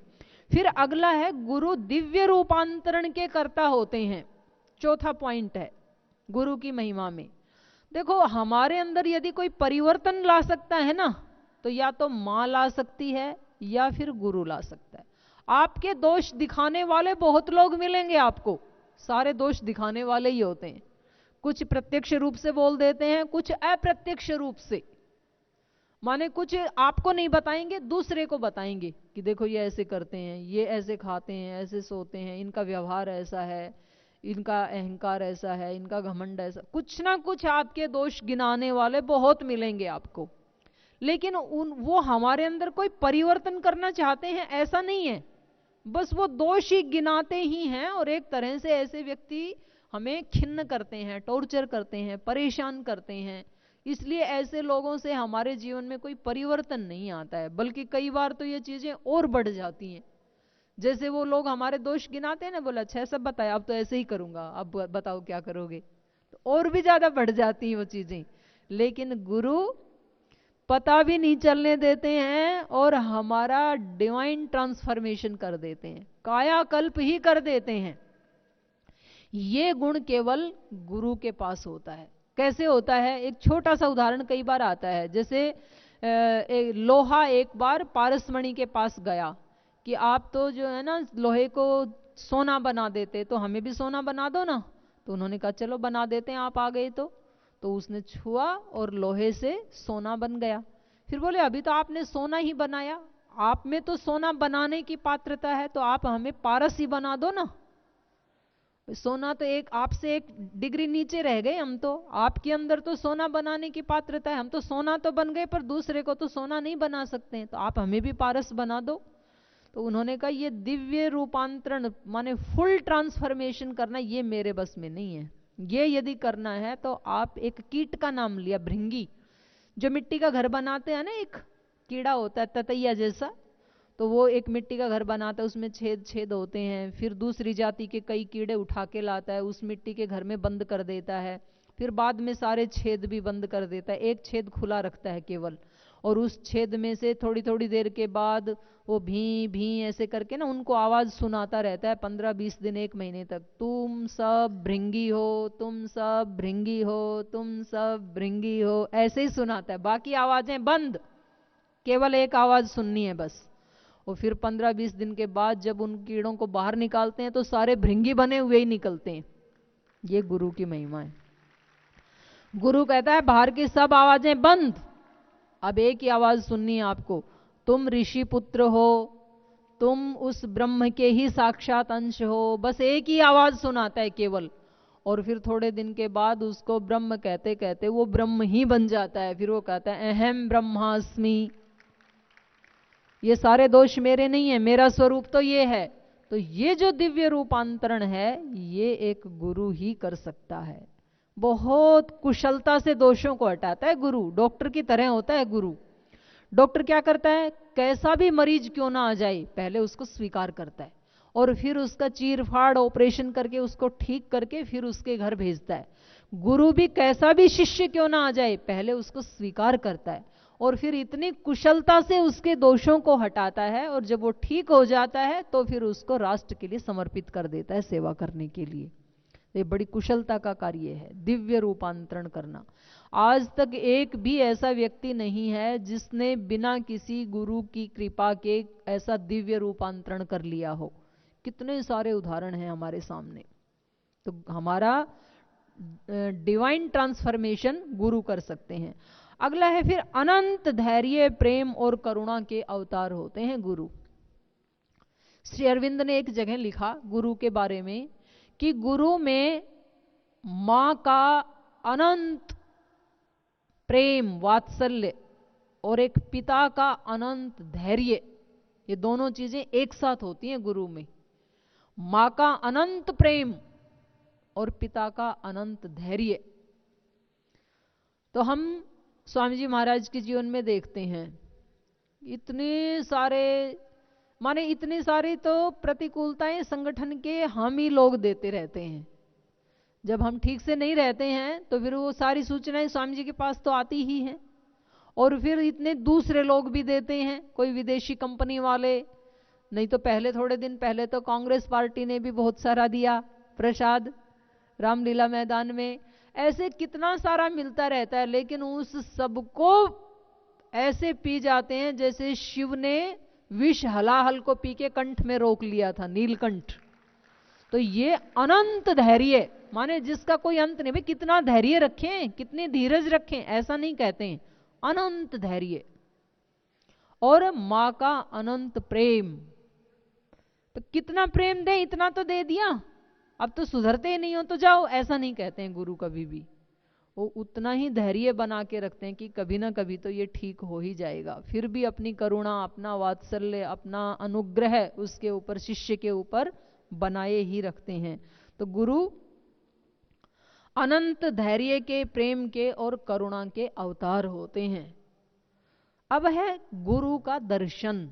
बोलिए ऐसे गुरु को हम देखें कैसे? ऐसे गुरु के कहीं दर्शन हो सकते हैं क्या? जो ये गुरु की महिमा बताई, ऐसे गुरु का कहीं दर्शन हो सकता है क्या? तो आपको दर्शन हो गए क्या ऐसे गुरु के? हो गए? हाँ कि ना? आपका उत्तर अभी अधूरा है भैया, हाँ नहीं है। आपने गुरु के शरीर के दर्शन किए हैं। दर्शन का मतलब होता है गुरु जैसा बन जाना, इसलिए दर्शन अधूरा है अभी। गुरु के भक्त बन जाना या गुरु के दर्शन कर लेना, ये पूरा दर्शन तब होता है जब हम गुरु जैसे हो जाते हैं, नहीं तो फिर ये बाहर के शरीर का दर्शन करना, एक पुतले का दर्शन करना, फोटो का दर्शन करना थोड़ा अधूरा रहेगा, वो पूरा नहीं है वो दर्शन। तो उपनिषदों में भी ऐसे आता है, यह एवं वेद स एवं भवति, जो ऐसा जान जाता है वो वैसा बन जाता है। आपने जान लिया इस बात को कि हमें देर तक यदि हम सोएंगे तो हम रोगी हो जाएंगे, तो फिर आप जल्दी उठने लग गए। तो ये गुरु के एक रूप का दर्शन है, उठने वाले रूप का। फिर जैसा गुरु की वाणी है, जैसा गुरु का व्यवहार है, जैसा गुरु का आचरण है, ऐसा दिव्य जीवन ही हम जीने लग जाएं, तब माना जाएगा कि गुरु का हमें दर्शन हो गया है। नहीं तो क्या होता है, संगठन में कई बार आता है, बोल जी मैं युवा हूं उस जिले का, और मेरे जिले में इतना वहां पर भ्रष्टाचार हो रहा था, और जो वहां पर इतना बुरा कार्य हो रहा था, और मैंने उसके खिलाफ आवाज उठाई तो वहां पुलिस ने मेरे को पकड़ लिया। तो भाई आपने गुरु के एक पक्ष का तो आचरण किया, लेकिन गुरु जैसा व्यक्तित्व भी तो बनाना पड़ेगा। बोल जी मैंने, किसी व्यक्ति ने कहा जो आर्य समाज से जुड़ा हुआ था, बोल जी महर्षि दयानंद ने सारी जिंदगी भर पाषाण प्रतिमा आदि जो हैं उनके पूजन का खंडन किया, और मैंने भी वहां खंडन किया, खड़े होकर के मंदिर के सामने मैंने बहुत जबरदस्त ढंग से उसका खंडन किया, और वहां मंदिर के लोगों ने मेरी पिटाई कर दी। पिटाई तो होगी, जब महर्षि दयानंद जैसे चरित्र तो बना नहीं और केवल खंडन करने में लग गए, तो पिटाई ही होगी ना। फिर माने ऑपरेशन करने का अधिकार डॉक्टर को है, कंपाउंडर करेगा तो मरीज को भी मारेगा और खुद भी मरेगा, फिर जेल में जाएगा। तो पहले गुरु जैसा चरित्र हमारा बने, तब फिर माना जाएगा गुरु का दर्शन हो गया। किसी ने कहा बोल जी मेरे पड़ोसी का बच्चा खो गया था और मैंने उनको एक सलाह दी और उन्होंने मेरी पिटाई कर दी। तो भैया ऐसी क्या सलाह दी थी जो आपकी पिटाई होगी? बोले उनका बच्चा खो गया, सब ढूंढने में लगे थे, तो मैंने उनको कहा कि गूगल पे सर्च कर लो। भाई बच्चे की सर्च या गुरु की सर्च गूगल पे नहीं होगी, गुरु की सर्च हृदय में होगी, वहां तो पिटाई बननी है। तो गुरु का दर्शन क्या है, ये हमें बहुत गंभीरता से इस बात को लेना पड़ेगा कि गुरु का दर्शन माने गुरु जैसी मेरी वाणी हो जाए। मेरे गुरु एक बार भी वाणी का प्रमाद नहीं करते हैं, कोई ऐसा शब्द नहीं बोलते हैं। मेरे गुरु एक बार भी दृष्टि का प्रमाद नहीं करते, गलत दृष्टि नहीं होती है। मेरे गुरु कभी एक क्षण के लिए भी मन का प्रमाद नहीं करते हैं कि मन दुखी हो जाए, भाई आज तो गुरुजी डिप्रेशन में, आज नहीं आएंगे शिविर में, ऐसा नहीं होता है। मेरे गुरु एक दिन भी इस शरीर से मेहनत करने में प्रमाद नहीं करते हैं, 365 दिन मेहनत करते हैं, पुरुषार्थ करते हैं। तो ये गुरु का दर्शन है, उस दिव्यता में जीना, वैसा आचरण करना, वैसी ही वाणी बोलना, वैसी ही दृष्टिकोण रखना। मेरे गुरु कहीं गुफा में जाकर के आंख मूंद करके माला फेरने के लिए सन्यास को इतिश्री कर लें, ऐसा नहीं है, बल्कि वो इस देश को स्वस्थ बनाना चाहते हैं, समृद्ध बनाना चाहते हैं, संस्कारवान बनाना चाहते हैं। ऐसा ही मुझे करना है, ये गुरु का दर्शन है। तो फिर अच्छी बात है, हमारे देश में ऐसी परंपरा है कि कुछ लोग सुबह सुबह उठ करके हनुमान चालीसा का पाठ करते हैं, करना ही चाहिए। स्वाध्याय की महिमा आज श्रद्धेय स्वामी जी महाराज भी बता रहे थे सुबह कि हमें कम से कम आधा घंटा स्वाध्याय करना चाहिए, यही कर्मयोग है। कुछ लोग रामायण का पाठ करते हैं, कुछ लोग विष्णु सहस्त्रनाम का पाठ करते हैं, कुछ लोग और कोई वेद के मंत्र पढ़ते हैं, कोई गीता का पाठ करते हैं। लेकिन भैया मैं तो अपना अनुभव बता रही हूं, मुझे तो गीता, रामायण, विष्णु सहस्त्रनाम, हनुमान चालीसा, इन सब ग्रंथों के दर्शन अपने गुरु के चरणों में होते हैं।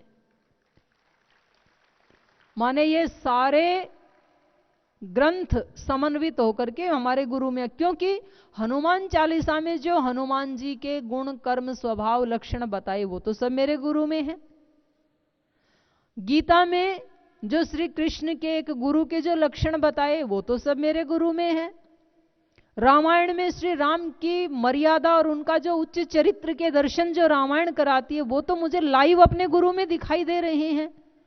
विष्णु के जो सहस्त्र नाम हैं, हजारों नाम, वो सहस्त्र नाम तो मुझे गुरु में दिखाई देते हैं। जब वो इस देश में करोड़ों लोगों को इस समृद्धि के अभियान में, स्वदेशी के अभियान में लगा करके उनको समृद्ध बनाते हैं, तो उनमें बिजनेसमैन के एक दर्शन होते हैं। जब वो संस्कृत बोलते हैं, वेद, दर्शन, उपनिषद, गीता आदि के मंत्रों का उच्चारण करते हैं, तो वो फिर एक बड़े विद्वान के दर्शन होते हैं। जब वो किसी के सिर पर करुणा से हाथ रखते हैं, तो एक माँ के दर्शन होते हैं। जब हमारे दोषों को भी वो स्वीकार करके, माने उनको धैर्यपूर्वक दूर करने के लिए अपने हृदय में धैर्य रखते हैं, तो पिता के दर्शन होते हैं। कितने ही रूपों के, सहस्रों रूपों के दर्शन हमें हमारे गुरु में दर्शन होते हैं। तो वो हमारे लिए तो वही विष्णु सहस्त्र नाम है। तो इस प्रकार की अखंड श्रद्धा, अखंड निष्ठा अपने गुरु में, तब गुरु की प्राप्ति होती है। मैंने पहले ही आपको बताया कि गुरु की प्राप्ति शिष्य बन करके की जा सकती है। गुरु तो है, पर गुरु की उपलब्धि या गुरु की कृपा उसी अनुपात में होती है जिसने अनुपात में हम शिष्य बन जाते हैं। जो 10% शिष्य बना तो 10% कृपा मिलेगी, 50% शिष्य बन गया तो 50% कृपा मिलेगी गुरु की, और 100%, 100% यदि कोई शिष्य बन गया, अर्जुन जैसा, यदि वो बोलता है करिष्ये वचनम तव, तो 100% ही कृपा मिलेगी फिर। तो गुरु को पाया जा सकता है शिष्य बन करके। तो ये गुरु का दर्शन हो गया, गुरु की महिमा हो गई। अब अंत में आता है गुरु दक्षिणा। माने किसी गुरु से हम कुछ लेते हैं तो फिर दक्षिणा भी तो देनी पड़ती है, और ये भी हमारी पूरी वैदिक परंपरा है गुरु दक्षिणा की भी। एक तो संगठन में एक चीज हमें ध्यान रखनी है, आप उसको नोट भी कर लें भले। देखो, गुरु को एक बार जब हम चयन कर लेते हैं ना, ये गुरु तत्व है ना, ये इस धरती के ऊपर एक अनमोल रत्न जैसे है। माने उसको महसूस करके और उसको बनाए रखना, संरक्षण, तो ये बहुत बड़ी एक भगवान की कृपा है हमारे ऊपर। अगर ऐसा गुरु किसी को मिल जाए तो उस कृपा को संजो करके रखना। तो उसके लिए करना क्या है फिर हमें? उसके लिए करना होता है गुरु के आदेश को सर्वोपरि मानना। माने गुरु के आदेश को वेद वचन की तरह से मानना। जैसे वेद वचन का हम कभी निरादर नहीं कर सकते कि वेद में ऐसा लिखा है, लिख दिया होगा, ऐसे नहीं भाई। मैं उसका पालन कर सकूं या ना कर सकूं, लेकिन वेद में जो लिखा है वो 100% प्रामाणिक है। तो गुरु ने जो कह दिया वो मेरे लिए 100% वेद वाक्य की तरह प्रामाणिक है, शिरोधार्य है, सर्वोपरि है। जैसे मान लो आप कहीं जा रहे हैं, कोई रैली निकाल रहे हैं, संगठन में कार्य कर रहे हैं, और उसी समय आपको निर्देश मिले कि अभी रुक जाओ। मान लो आपको डीसी को कोई ज्ञापन देना था और आप वहां से 500 मीटर दूर ही बचे हैं, और उसी समय आपको कहें कि अभी रुक जाओ, नहीं देना है, तो फिर आप क्या करेंगे? दे के आएंगे कि रुक जाएंगे? आप अच्छे शिष्य होंगे तो रुक जाएंगे, ठीक है, गुरु का आदेश है तो रुक जाते हैं। और यदि कसर होगी तो कहेंगे इतने सारे शहर में रैली निकाल के आ गए, अब तो दे के ही आ जाते हैं, थोड़ा सा ही तो ऑफिस बचा है आगे, तो फिर आप दे के ही आएंगे। ऐसे भी होता ही है, करते हैं, खूब करते हैं। तो गुरु का आदेश सर्वोपरि, और उसमें यह नहीं देखना कि वो आदेश किसके माध्यम से मिला है। गुरु का आदेश केंद्रीय प्रभारी दे रहे हैं या राज्य प्रभारी दे रहे हैं कि जिला प्रभारी दे रहा है हमें या तहसील प्रभारी दे रहा है, ये हमें नहीं देखना है। आदेश क्या है ये देखना है। जब आप, अभी तो मोबाइल फोन चल गए, पहले जब बाहर पढ़ते थे बच्चे तो माता पिता की जब चिट्ठी आती थी, पत्र आता था, तो वो पत्र जब किसी बच्चे को मिलता था तो वो ये नहीं देखता था कि ये पत्र कौन सा डाकिया लेके आया। उसकी दृष्टि होती थी पत्र में क्या लिखा है मेरे लिए, मेरी माँ ने क्या मेरे लिए संदेश भेजा है, वो मेरे लिए इंपॉर्टेंट है। कौन डाकिया लेके आया वो इंपॉर्टेंट नहीं है, कोई भी लाए। तो संगठन में हमें जो निर्देश मिला है वो हमारे लिए महत्वपूर्ण है, वो मेरे गुरु का है, वो किसी के माध्यम से भी मिले। देने वाला भले ही आपको पसंद ना भी हो कोई प्रभारी, लेकिन आदेश तो गुरु का है ना, इसलिए करना तो वही है जो मेरे गुरु ने मेरे लिए निर्देशित किया है। आगे मैं बता रही थी गुरु दक्षिणा। गुरु से ज्ञान लेते हैं तो फिर गुरु दक्षिणा भी देनी होती है। और गुरु दक्षिणा क्या है? गुरु दक्षिणा के कितने उदाहरण हैं इस देश में, जो गुरु दक्षिणा के कारण ही इतिहास में अमर हो गए। एक गुरु दक्षिणा दी थी अर्जुन ने अपने गुरु कृष्ण को। पहले बहुत सारा उनसे समझता रहा, सुनता रहा, संघर्ष भी करता रहा। आप कभी राजयोग की बात करते हैं, कभी भक्ति योग की बात करते हैं, कभी कर्म योग की बात करते हैं। मैं कंफ्यूज हो गया हूं, मुझे समझ में नहीं आ रहा मैं क्या करूं। हमारे संगठन में भी कई बार लोग कंफ्यूज हो जाते हैं। स्वामी जी, आप कभी योग की बात कहते हैं, कभी आप स्वदेशी की बात कहते हैं, कभी आप आंदोलन की बात कहते हैं, हमें तो पता ही नहीं चलता हम क्या करें। तो भगवान कृष्ण ने कहा कि तू ज्यादा संघर्ष में मत पड़ना, जैसा मैं कहता हूं वैसा कर तू। सर्वधर्मान परित्यज्य माम एकम शरणम व्रज अहम त्वा सर्व पापेभ्यो मोक्षयिष्यामि मा शुचे। तो इन सारे विचारों को, चिंतन मनन को एक साइड में रख के मेरे आदेश का पालन कर और तू निश्चित रूप से मुझे ही प्राप्त करेगा। मन मना भव मद्याजी माम एव नमस्कुरु। तू मेरे ही मन वाला हो जा, जैसा मेरा मन है ऐसे ही मन वाला तू हो जा। जो मैं सोचता हूं वही तू ही सोच। ऐसे ही फिर वेद में कह दिया, मम व्रते हृदयम ते दधामि मम चित्तम अनुचित्तम ते अस्तु मम वाचम एक मना जुषस्व बृहस्पतिस्त्वा नियुनक्तु मह्यम। मम व्रते हृदयम ते दधामि, मेरा व्रत और तेरा व्रत आज से एक ही है। मेरा व्रत क्या है? गुरु बोलता है मेरा व्रत क्या है? इस संसार का उपकार करना, इस राष्ट्र की समृद्धि, इस राष्ट्र में स्वास्थ्य लाना, इस राष्ट्र को संस्कारी बनाना, यही तो मेरा व्रत है।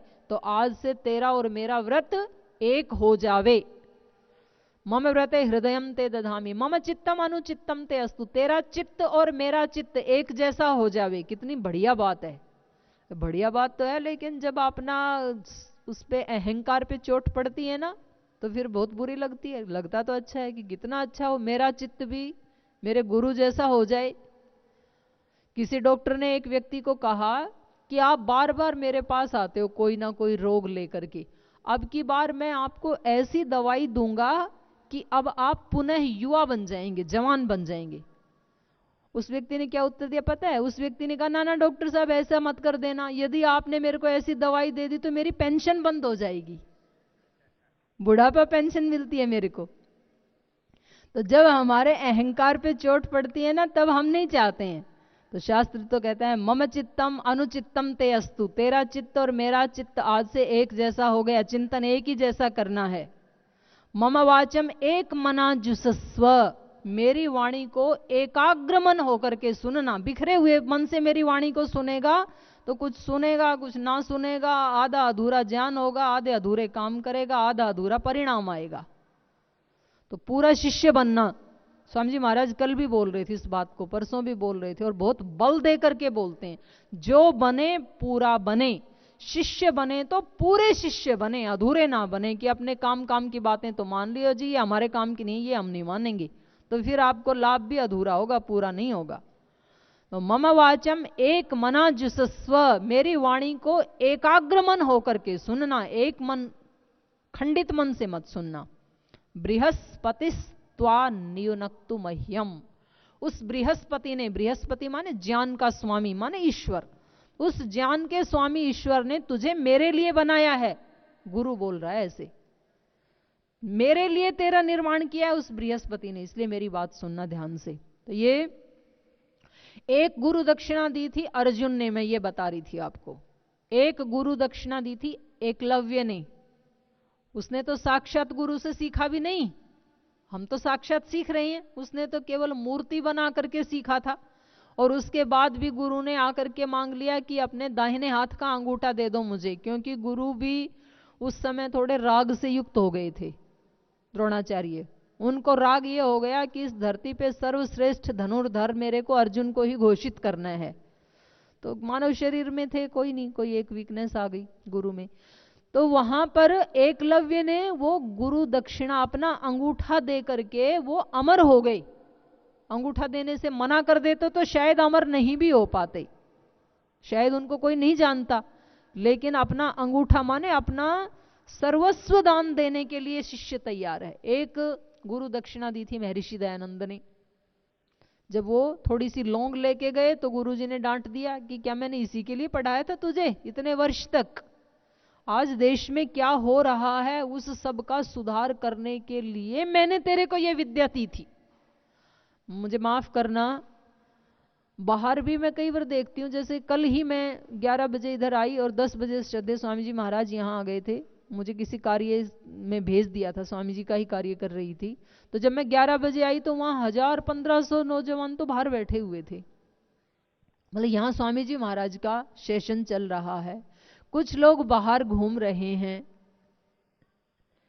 तो इसको क्या कहेंगे फिर? बोल जी हमने ये सुना था कि यहाँ पर कोई जॉब आदि का जुगाड़ बन जाएगा, हम तो जॉब देखने के लिए आए थे, थोड़े ना हम गुरुजी का भाषण सुनने के लिए आए थे। अरे भले आदमी, गुरुजी तुझे जॉब नहीं, तुझे जॉब देने वाला मालिक बनाने के लिए तैयार हैं। जॉब सीकर नहीं, जॉब क्रिएटर बनाने के लिए तैयार है, वो बनने के लिए तैयार नहीं है। गुरु तो आपके माध्यम से एक बहुत विराट अभिव्यक्ति करना चाहते हैं, आपके अंदर बहुत विराट कार्य करने की संभावनाएं देख रहे हैं गुरु आपके अंदर। जितने युवा यहां बैठे हैं, इतने युवा यदि पूर्ण समर्पण कर दें तो ये सारे, आप सारे युवा और युवतियां मिलकर के इस भारत को नहीं, सारी धरती के भाग्य को बदल सकते हैं। वो संभावनाएं हैं आपके अंदर, वो गुरु उसको अभिव्यक्त करना चाहते हैं, आप करने दें।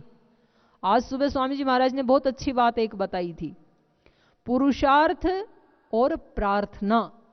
आप स्वामी जी के एक एक शब्द को ध्यान से सुनेंगे ना तो आप पाएंगे एक एक वाक्य में एक एक दर्शन, एक एक पुस्तक छिपी हुई है। गुरु हमारे माध्यम से एक विराट अभिव्यक्ति करना चाहते हैं, पर हम उनको करने दें तब, माने बाधाएं बीच में ना आने दें तब। अभिव्यक्ति तो सहज होती है, आपने बीज बोया, उससे अंकुर फूटेगा, उससे फिर वृक्ष बनेगा, फिर उससे छांव बनेगी, वो तो सहज होगी अभिव्यक्ति। पर वो उस अभिव्यक्ति को निर्विघ्न होने दें तब। बीज बोया, अंकुर फूटा, फिर क्या हुआ?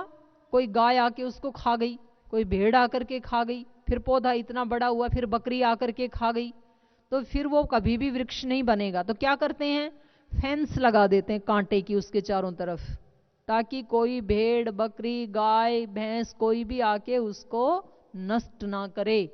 और फिर एक दिन ऐसा आता है कि वो इतना बड़ा वट वृक्ष बन जाता है कि जो भेड़ बकरी उसको खाने के लिए आ रही थी, वो ही भेड़ बकरी गाय उसकी छांव में आकर के बैठती हैं। तो हमारी चेतना की अभिव्यक्ति तो सहज होगी, गुरु करता है, लेकिन हम बाधाओं की तरफ से फेंस लगा के रखें तब, वो अभिव्यक्ति होने दें तब। किसान खेत में बीज बोता है, गेहूं उगता है, गेहूं की वृद्धि, गेहूं में दाना जो बाल आती है उसमें फिर गेहूं के दाने भरते हैं, ये सारा कार्य, सारा प्रोसेस तो सहज रूप से होता है। उसके लिए किसान को कुछ नहीं करना होता। किसान को क्या करना है? खरपतवार को उखाड़ना होता है। जो बीच बीच में दूसरी चीजें आ जाती है ना, बथुआ, खरतुआ, खरपतवार जो भी आते हैं, उसको उखाड़ता है। यदि उसको नहीं उखाड़ा तो पूरी धरती का पोषण वो पी जाएंगे, तो जो फसल को पोषण मिलना चाहिए था वो तो मिलेगा ही नहीं। तो हमें भी हमारे जीवन में क्या होता है, हम यहां से संकल्प लेकर के जाते हैं, अब हमें ऐसे ही जीना है। फिर कई बार तो हमारे ही जो आलस्य प्रमाद हैं वो हमें ये कार्य नहीं करने देते हैं, वो बाधा डाल देते हैं। पहले तो अपने वाले विघ्नों से फेंस लगानी है, अपने विघ्नों को रोकना है पहले तो।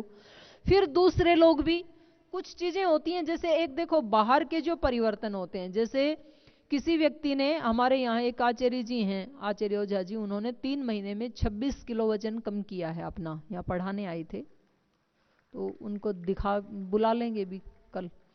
तो वो जो परिवर्तन है वो तो बाहर से दिखाई देता है कि इन्होंने देखो कितना परिवर्तन कर लिया अपने अंदर। अगर किसी को कोई रोग था, किसी को बीपी था, जॉइंट पेन था, वो ठीक हो जाता है तो वो दिखाई देता है, तो व्यक्ति को विश्वास होता है। लेकिन जब आप अंदर से अहिंसा के पुजारी बनते हैं, सत्य के पुजारी, दिव्य प्रेम के पुजारी, दिव्य संवेदनाओं के पुजारी, दिव्य ज्ञान के पुजारी, जैसे ही आप योग मार्ग में चलते हैं, आप ध्यान करते हैं, अब बताओ ध्यान से क्या फल मिला वो कैसे दिखाओगे किसी को? वो तो दिखेगा ही नहीं।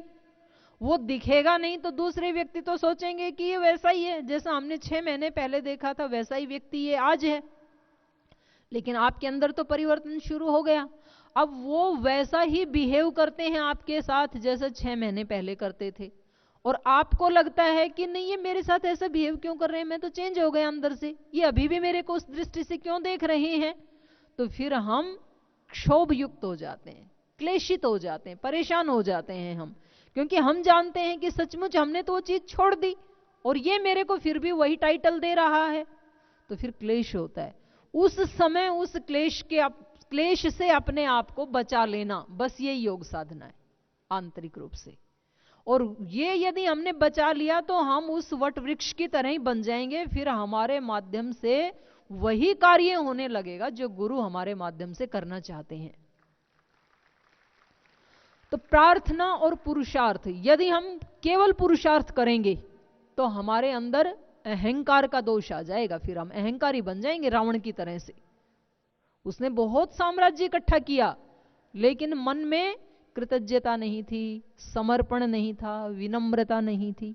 प्रार्थना करने से क्या होता है, समर्पण की भावना आती है। इतना पुरुषार्थ करके स्वामी जी महाराज ने इतना बड़ा आध्यात्मिक साम्राज्य स्थापित किया अपने पुरुषार्थ के बल पर, लेकिन हमेशा क्या कहते हैं, सब भगवान की कृपा से, मेरा आपकी कृपा से सब काम हो रहा है। कल भी बता रहे थे ना। तो ये भाव, ये जो प्रार्थना के भाव हैं, ये हमारे अंदर समर्पण का भाव लाते हैं, विनम्रता का भाव लाते हैं। तो पुरुषार्थ के साथ प्रार्थना जरूरी है। केवल पुरुषार्थ होगा तो क्या दोष आएगा, अहंकार का दोष आ जाएगा और फिर रावण वाली स्थिति हो जाएगी। और केवल प्रार्थना करेंगे, पुरुषार्थ करेंगे ही नहीं, तो क्या दोष आएगा, अकर्मण्यता का दोष आ जाएगा। और अकर्मा दस्युः, जो कर्म नहीं करते हैं उनको क्या कहा वेद ने, दस्युः, असुर, राक्षस, माने असुरत्व पनप जाएगा हमारे अंदर केवल प्रार्थना करते रहे। तो फिर हालत ये हो जाएगी जो सड़क पे भिखारी बैठा है ना, उस वाली हालत हमारी हो जाएगी। तो हमें प्रार्थना भी करनी चाहिए और पुरुषार्थ भी करना चाहिए, और ये दोनों मिलकर के ही हमारे जीवन रूपी इस रथ के 2 टायर बन के जीवन को आगे चलाते हैं, हमारे जीवन में पूर्णता लाते हैं। तो मैं बात कर रही थी गुरु दक्षिणा की। एक दक्षिणा दी अर्जुन ने कृष्ण को, एक गुरु दक्षिणा दी महर्षि दयानंद ने अपने गुरु विरजानंद को। उस गुरु दक्षिणा से ही वो अमर हो गए। अगर उस समय गुरु वैसी दक्षिणा नहीं मांगते और महर्षि दयानंद इस राष्ट्र का इतना कार्य यदि नहीं करते तो शायद उनको महर्षि के रूप में याद नहीं किया जाता। अनेकों ऐसे साधु सन्यासी हो गए। कितने संत हैं, आपको आश्चर्य होगा, जितने इस देश में गांव हैं उससे ज्यादा तो इस देश में सन्यासी हैं। और यदि वो सारे सन्यासी मिलकर के एक एक गांव को संभालने लगे, एक एक गांव का उद्धार करें, तो देश तो 1 महीने में बदल जाए। वो सारे सन्यासी यदि स्वामी जी महाराज की तरह पुरुषार्थ करें, केवल एक गांव के ऊपर अपनी शक्ति लगाएं, तो ये देश कैसा बन जाए। करते तो नहीं है। तो गुरु दक्षिणा एक महर्षि दयानंद ने दी, एकलव्य ने एक गुरु दक्षिणा दी, शिवाजी महाराज ने एक दक्षिणा दिया। हम शुरू में ही प्रार्थना कर रहे थे ना आज, रहा शिवाजी अर्जुन जैसा निज चरित्र पर नाज। कभी ये देश कैसा था, इस देश के नौजवान युवा कैसे होते थे। शिवाजी के पास किसी महिला को लाया गया, किसी मुस्लिम महिला को लाया गया, उसमें पालकी में, बुरके में, और जब उसके सामने लाके कहा कि आज तो आपके सामने ऐसी गिफ्ट लाए हैं कि आप देख करके हमें भी आप पारितोषिक देंगे, आप खुश हो जाएंगे, ऐसी गिफ्ट लाए हैं। उन्होंने कहा लाओ, सभा के बीच में लाओ, आप क्या गिफ्ट लाए हो आज मेरे लिए। तो डोली में से एक महिला को बाहर निकाला, बोले ये गिफ्ट लाए हैं। महर्षि छत्रपति शिवाजी महाराज ने कहा कि जो इस गिफ्ट को लाए हैं इनको तो कारागार में बंद कर दो, और उस महिला को कहा कि मैं आपसे माफी मांगता हूं, जिस अपमान से ये लोग आपको यहां लाए हैं उससे डबल सम्मान के साथ मैं आपको आपके स्थान पर पहुंचाता हूं। ये था युवाओं का चरित्र, भारत के युवाओं का चरित्र। जब अर्जुन कुछ समय के लिए जब उनका अज्ञातवास का समय था तो एक विद्या सीखने के लिए बृहणल्ला का रूप धारण करके जब स्वर्ग में गए तो उनके सामने स्वर्ग की अप्सरा के रूप में एक पेशकश आई, उर्वशी, कि आप मेरे को अपनी पत्नी के रूप में स्वीकार कर लो, मैं एक ऐसा पुत्र चाहती हूं जो आपका जैसा तेजस्वी हो। तो उन्होंने कहा कि मां आप, मैं ही आपका पुत्र हूं, पता नहीं पैदा होगा वो ऐसा होगा नहीं होगा, आप मुझे ही पुत्र रूप में स्वीकार कर लीजिए। और तब उसने उसको अभिशाप दे दिया था, अभिशाप स्वीकार कर लिया लेकिन चरित्र का हनन नहीं होने दिया। तो सबसे बड़ी बाधा आज देश में चरित्र की ही तो है। तो यदि उस प्रकार के युवाओं का निर्माण हो जाए देश में, छत्रपति शिवाजी महाराज जैसे, अर्जुन जैसे, महर्षि दयानंद जैसे, महर्षि दयानंद को भी ऐसा ही प्रलोभन दिया था, तो ये एक गुरु दक्षिणा छत्रपति शिवाजी महाराज ने अपने गुरु रामदास को दी। क्योंकि अगर उनके सिर पे किसी गुरु के संस्कार नहीं होते तो शायद वो इतना बड़ा हिम्मत का कार्य नहीं कर पाते। स्वामी जी महाराज पहले ही दिन आपको एक श्लोक बोल के बता रहे थे ना, या उससे पहले वाले शिविर में बता रहे थे, बीएसएफ वाले शिविर में बता रहे थे, पुष्पम दृष्ट्वा फलम दृष्ट्वा दृष्ट्वा च नव यौवनम एकांते कांचनम दृष्ट्वा कस्य नो विचलेत मन। कई बार सुनाते हैं। तो फिर उसका उत्तर है, माता यस्य पतिव्रता पिता च यस्य धार्मिक गुरुर यस्य महायोगी तस्य नो विचलेत मन। माने कहीं एकांत में किसी फल को, फूल को, किसी नव यौवन को या किसी कांचन माने धन दौलत को देख करके किसका मन विचलित नहीं होगा। अर्थात सबका ही हो सकता है एकांत में मिल जाए तो उन्होंने कहा नहीं, जिसकी मां पतिव्रता है और जिसका पिता धार्मिक है और जिसका गुरु महायोगी है उसका मन कभी विचलित नहीं हो सकता है। तो अर्जुन का मन विचलित क्यों नहीं हुआ? क्योंकि कृष्ण जैसे गुरु थे। शिवाजी महाराज का मन विचलित क्यों नहीं हुआ? गुरु रामदास थे। महर्षि दयानंद का मन विचलित क्यों नहीं हुआ? गुरु विरजानंद थे। तो जिनके सर पर गुरु का आशीर्वाद का वरद हस्त होता है, कृपा का हस्त होता है, वो व्यक्ति जीवन में कभी विचलित नहीं हो सकता है, गलत कार्य नहीं कर सकता है। तो हमें गुरु दक्षिणा के रूप में एक गुरु मिले थे स्वामी विवेकानंद जी को। केवल उनका एक स्पर्श पाकर के उस नौजवान नरेंद्र युवक का जीवन ही परिवर्तित हो गया और वो नरेंद्र से स्वामी विवेकानंद बन गई। उन दिव्य शक्तियों का प्रणिपात गुरु ने उनके अंदर कर दिया। तो हमें गुरु दक्षिणा क्या देनी है? अपने जीवन की गुरु दक्षिणा हमें देनी है।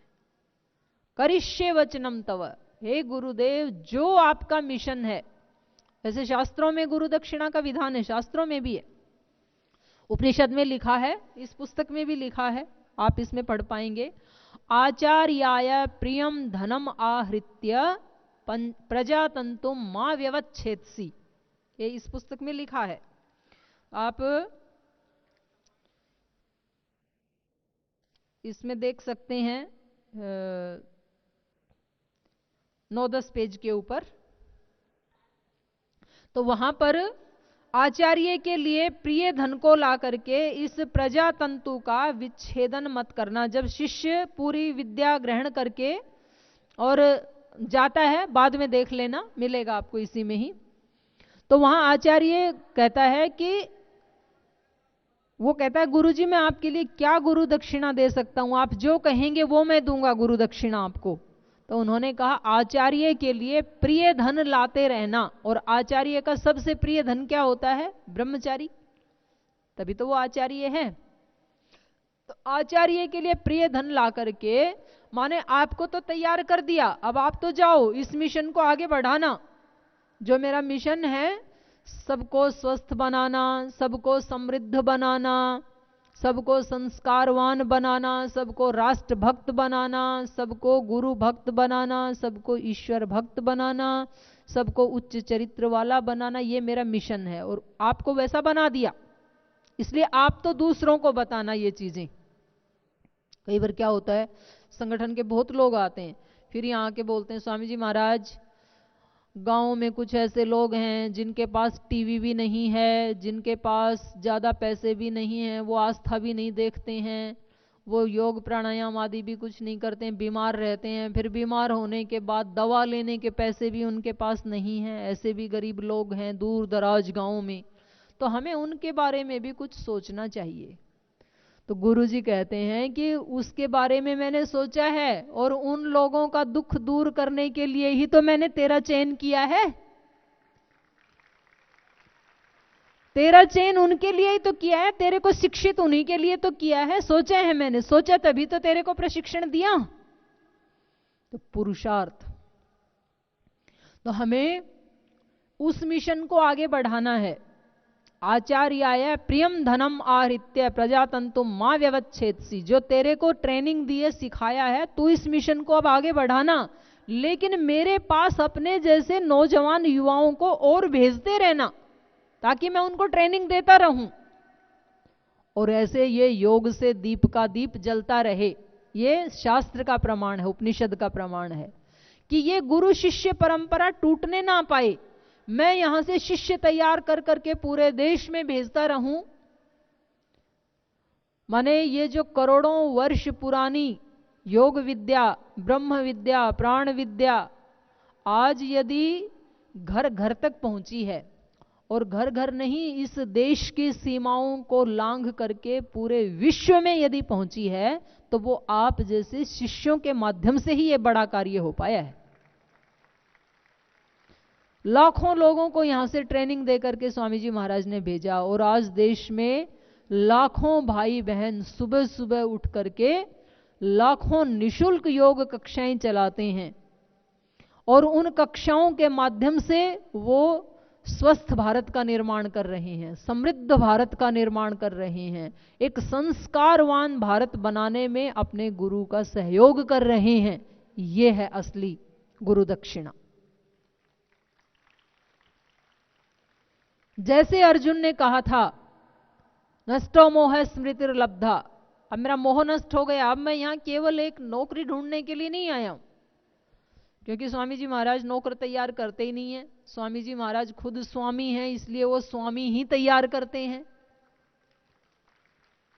और इसका प्रमाण है, जिसके ऊपर स्वामी जी महाराज ने दृष्टि डाल दी, वो व्यक्ति तो, और दृष्टि तो सबके ऊपर ही है, बस जो उस दृष्टि का सदुपयोग कर ले। कृपा तो सबके ऊपर ही है, सूर्य की तरह से। तो हमें क्या करना है कि अब हमें केवल, आप एक जॉब की चिंता या विचार आप क्यों करते हैं कि आप एक परिवार की जिम्मेदारी समझते हैं, लेकिन मैंने हजारों भाई बहनों का ऐसे जीवन देखा है, क्योंकि मैं तो ब्रह्मचारिणी हूं, मेरी तो कोई ना कोई जिम्मेदारी है ना कोई दूसरा काम है, मेरा तो सुबह से शाम तक एक ही काम है, सेवा करना। पर ऐसे भी भाई बहनों को मैंने देखा जिनके पीछे घर परिवार था, जिनके पीछे बच्चे थे, लेकिन उन्होंने उन सब की चिंता छोड़ करके अपने आप को समर्पित कर दिया गुरु की सेवा में। तो अब स्वामी जी महाराज उनके घर का, परिवार का, माता पिता का, उनके कुशल क्षेम का जितना वो कर पाते उससे 10 गुना ज्यादा ध्यान रखते। गीता में भी भगवान कृष्ण ने कहा ना, योगक्षेमम वहाम्यहम, उसका योगक्षेम, जो मेरा भक्त होता है उसका कुशल क्षेम, उसका योगक्षेम मैं स्वयं वहन करता हूं। तो कहना नहीं पड़ेगा आपको कि मेरे घर में जी ये दिक्कत है, आप अपने आप को समर्पित कर दीजिए इस देश के लिए, इस राष्ट्र के लिए, एक ऐसे गुरु के लिए। ऐसा अवसर, कितने सारे जीवन, कितने सारे जन्म जिए हैं ना हमने अपने लिए, एक परिवार के लिए। पशु पक्षी भी जीते ही हैं एक परिवार के लिए, अपने बच्चों के लिए जीते ही हैं। हमने भी पता नहीं कितने जीवन जिए हैं, तो क्यों ना एक जीवन राष्ट्र के लिए समर्पित हो जाए, क्यों ना एक जीवन गुरु के लिए समर्पित हो जाए। करके तो देख लो, कई सारे एक्सपेरिमेंट करते हैं, एक एक्सपेरिमेंट ये भी करके देख लो। ये करोगे तो अगला जन्म तो निश्चित रूप से मिल जाएगा, जब सेवा करेंगे तो जन्म मिल ही जाएगा। और यदि आपको कोई लॉस हो तो अगले जन्म में मत करना, और यदि प्रॉफिट हो जाए तो फिर ये अवसर मनुष्य जीवन का बार बार नहीं आता है। इसका अभिप्राय ये नहीं है कि मैं आप सबको ये कह रही हूं कि आप सब पतंजलि योग पीठ में आ जाना, या आप अपना घर गृहस्थी का या नौकरी का बिजनेस का कार्य मत करना, ये नहीं कह रही हूं मैं। वो तो परिवार के कुशल क्षेम के लिए आप करें, लेकिन आपकी भावना 24 घंटे सेवा की ही बनी रहे, गुरु भक्ति की बनी रहे, राष्ट्र भक्ति की बनी रहे, सब कुछ करते हुए भाव सेवा का बना रहे, और जो गुरु का मिशन है उसको हम आगे बढ़ाने के लिए इसमें लगे रहें। तो ये एक विषय था। इसमें एक अंतिम बात कहकर के समापन की ओर चलते हैं। देखो, जो चयन हमारा होता है ना, उसमें एक बहुत बड़ी बात होती है कि एक बार जो चयन कर लिया उसकी 100% जिम्मेदारी मेरी है। चयन करते समय तो आप सावधान रहना, सोच समझ करके करना। आप गुरु का कर रहे हैं कि पति का कर रहे हैं कि पत्नी का कर रहे हैं या जिसका भी कर रहे हैं, लेकिन एक बार जिसका चयन हो गया तो उसके बाद जिम्मेदारी किसकी है? मेरी है। मैं जिम्मेदार हूं, उसमें सुख मिले या दुख मिले, जो भी मिले। सावित्री ने सत्यवान को चुना। उनके पिताजी ने कहा, बेटा तुम बहुत प्रज्ञावती हो, मेधावती हो, बहुत विदुषी हो, बुद्धिमती हो, तुम जाओ अपने वर का स्वयं चयन करो। और उसने जाकर के बहुत राजकुमार, राजा, महाराजा, सब बहुत लोग देखे।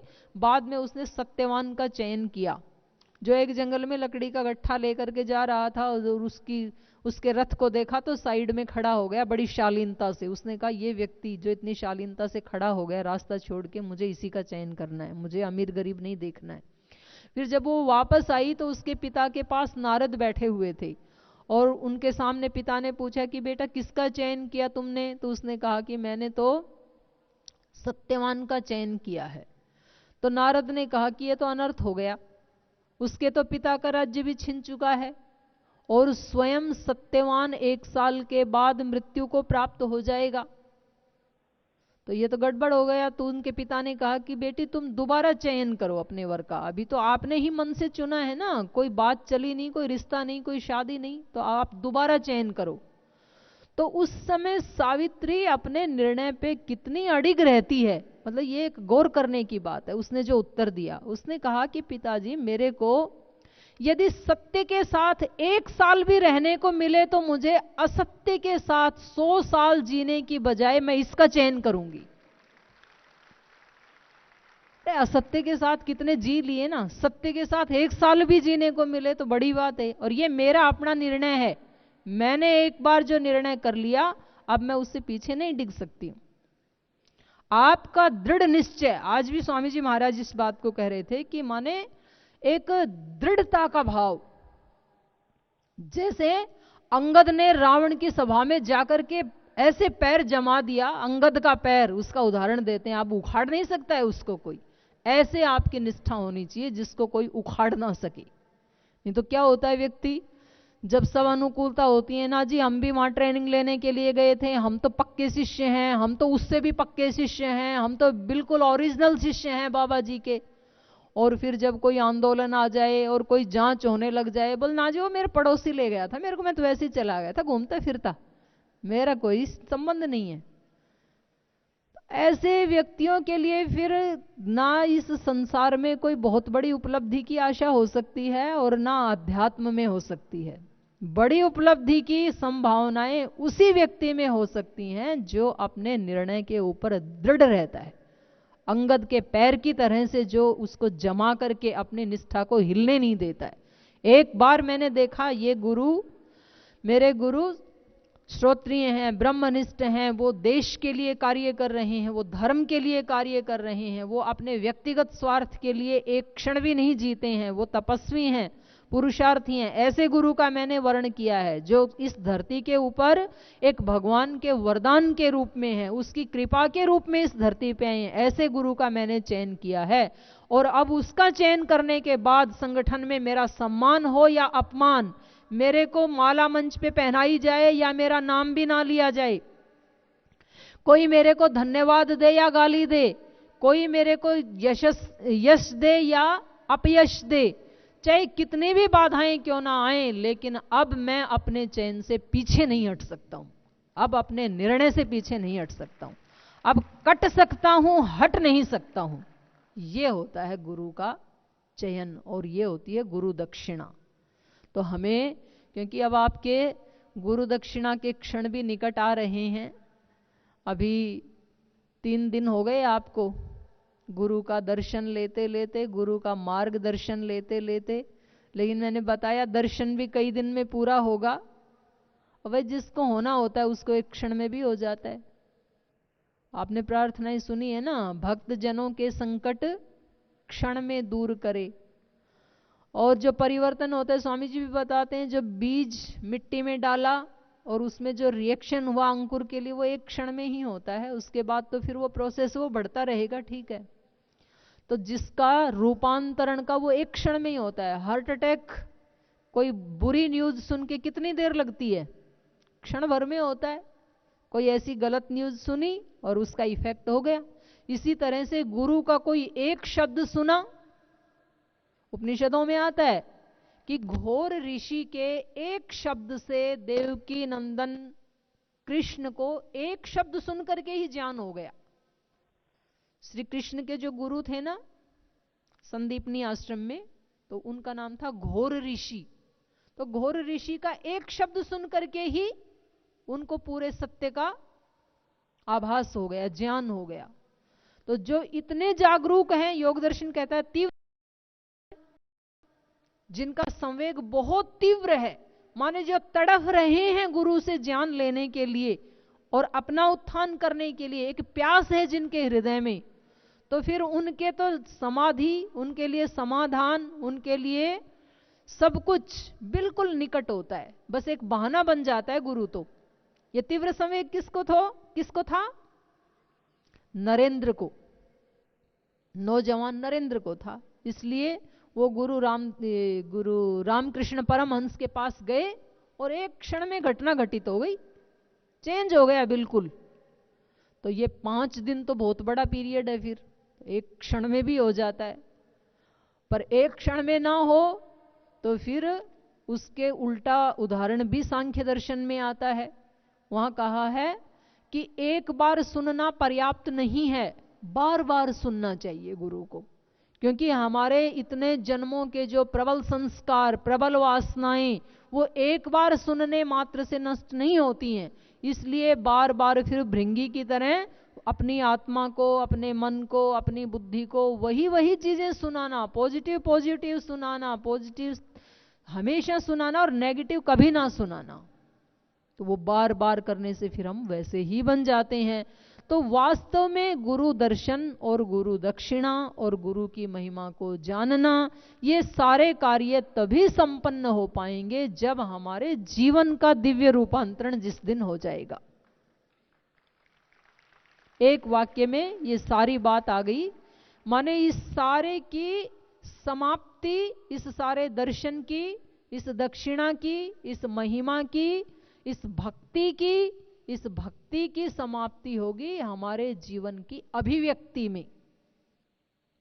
कहते हैं ना, वो आम भाषा में भी बोलते हैं, बोल भाई मैं ना बहुत बड़ा पहलवान हूं। बोल पहलवान है तो दिखा दे जरा, यहाँ के दंगल में पहलवानी देख लेते हैं आपकी। तो हम बोलते हैं आपको पता है मैं कितने बड़े गुरु का शिष्य हूं, जिसके झंडे आज सारे देश में नहीं दुनिया में लहरा रहे हैं, ऐसे गुरु का शिष्य हूं मैं।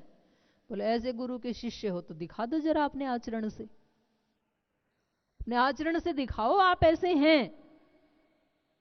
तो ये हमारी परीक्षा है, हम कितने शिष्य हैं, कितने ऐसे गुरु के भक्त हैं, और कितना हमने गुरु का दर्शन किया, कितना हमने गुरु की महिमा को जाना। गुरु तो मिल गए भगवान की कृपा से, लेकिन हमने कितना उसको जाना, कितना आत्मसात किया, कितना हमने उससे अपने लिए और दूसरों के लिए